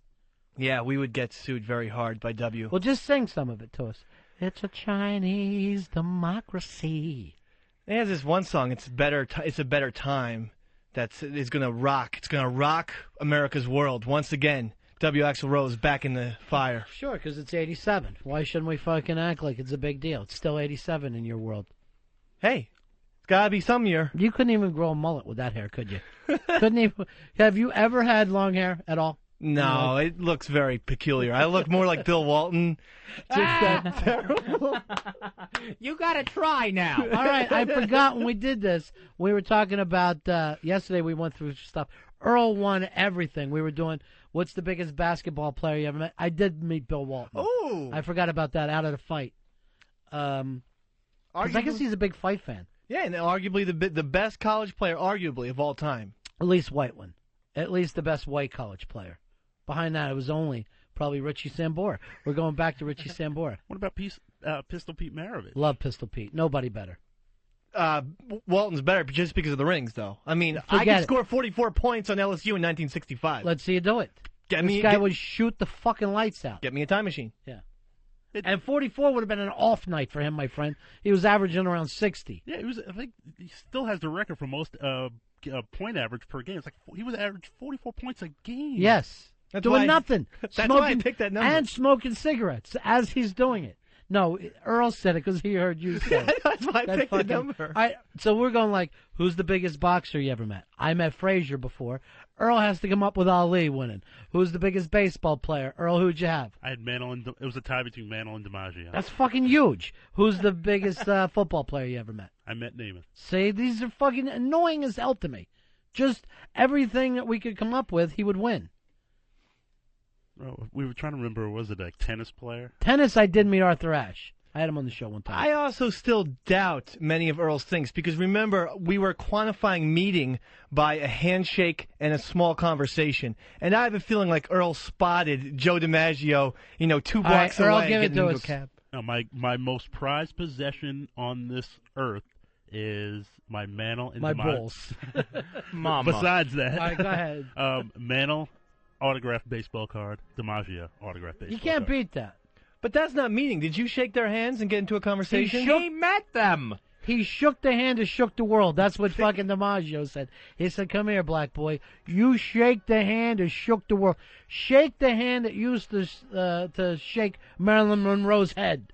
With trembling hands, I met them both. All sweaty, just sweating all over him. Pissing yourself. I was Black a mess. sweat, as Prince puts it. I was a total mess, but it was greatness. I mean, DiMaggio's an icon. I mean, Mickey Mantle's an icon. Well, I got my own radio show, so I'm doing okay, too. It's on satellite. Go to Boston.com. You'll see we just took a big lead right now over Sirius. Things are happening. This because you met them. Don't make me feel bad about myself, Earl. Well, I work with icons. Oh, see? Now you're back. This is the Earl little Jimmy loves. This is the Earl that Jimmy Norton loves now. I work with icons. He just means a keyboard that he double clicks on a Son lot. of a bitch, is that what it is? No. Hey, Paulie, you're on Ron and Fez. Hey, what's going on, fellas? Yeah. I'm at Cisco Fez. Hey, I was going to say, besides Jack and Diane that I can't fucking stand, what about John Mellencamp? Just hearing Mellon makes me starving right now. It's a little too close to lunch for me. Mellencamp, did he go in that Rock and Roll Hall of Fame? I don't think so. I met him not too long ago, right around the corner from him, from here, a couple months ago. I was walking home. He was out there with his chick. He's the tiniest little man. I mean, I wanted to just put him in my pocket and take him home and feed him with an eyedropper. He's so little. What's that living in that shoebox? What did I say he was singing somewhere? I forget. Like one of the ball games or something. I forgot what it was. He was just on TV the other night. I know he did a tour with Fogerty. It was like the John tour. Very hokey. Hey, we sound the same tour. Come see us. Here's Alex. You're on Ron and Fez. Hey guys, how's it going? Yeah. Listen, I'm a old school GNR fan, and I've heard this new stuff, and it sucks, man. It's not good at all. There you Axl go. sounds fat and bloated when he sings it. Not to me. To me, he sounds just like the Serpentine King of 1988. Hold on, let me just get this back. Your comeback was not to me. That's the way you defended yourself against this mean mutt. It's still real to me, damn it! God, you sound just like him, Fez. You sound exactly like him. It's still real to me, damn it! Hey, Tucker J, you're on Ron and Fez. Hey, buddy. Hey, buddy. Hey, I miss Extravaganza Fez. Hey, real quick, Big and Rich have that little midget that runs around their stage. I think Eastside Dave should join up with Axl Rose and run around like the fucking retard he is. I honestly believe in the future, everyone will be in Guns N' Roses for 15 minutes. Everyone will get their opportunity to play on Chinese Democracy. That'd be so awesome. I don't think Axl's going to let another redhead on stage. And I guarantee you, this Chinese Democracy album, if it ever does come out, will be banned in China. They will not want this thing. Look at this, we won't now! This duck's still alive! Cha-cha-cha! I think they've already banned the title because they just said, well, that's just not appropriate. Yeah, it's not true. First of all, it's not true. So stop clapping your little hands and stop your little glowing, slanted eyes from beaming. You're not going to get the vote. Talk about little people. Oh, they're tiny over there in China. Tiny. The women are about as big as your dick. That's why white guys love to go over there. When you're banging somebody the same size as your own dick. It's like putting on a rubber with a lot of those girls. Yeah. You're just wrapping them around. Hey, Seth, you're on Ron and Fez. What's up, buddies? Yeah. Just want to know what's going to come out first, Chinese democracy or democracy in China? Just stop it, would you please? We just did 5 minutes on it. That's why CDs get banned, sir. Dallas, you're on Ron and Fez.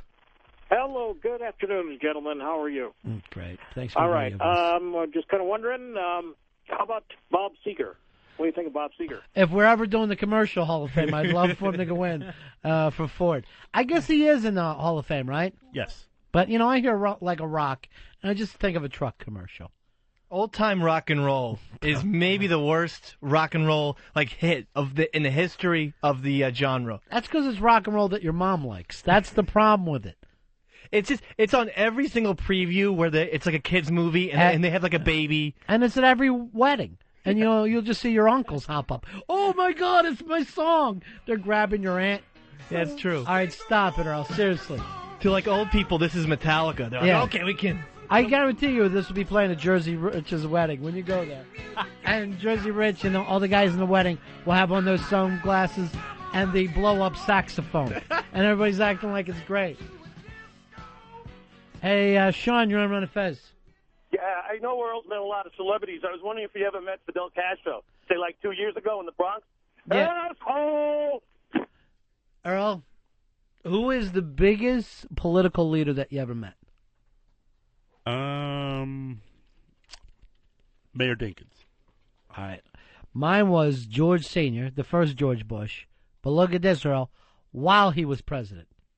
Nice. I brought him out on stage. Had my fucking car keys in my hand, just like with Dishwalla. But when you meet the president, as he's a standing fucking president, even if you don't like the guy, now you are shaking the hand that shook the hand all the way back to George Washington. To me, the president and the Pope will be the two biggest fucking, you can't have more power than that. Or the secret Pope of Scientology. Who's ever given Isaac Hayes his firing papers? You go in there and you quit, Isaac Hayes. But I'm making money. That doesn't matter. You're a Scientologist. They're making fools of us. They pay me money for talking.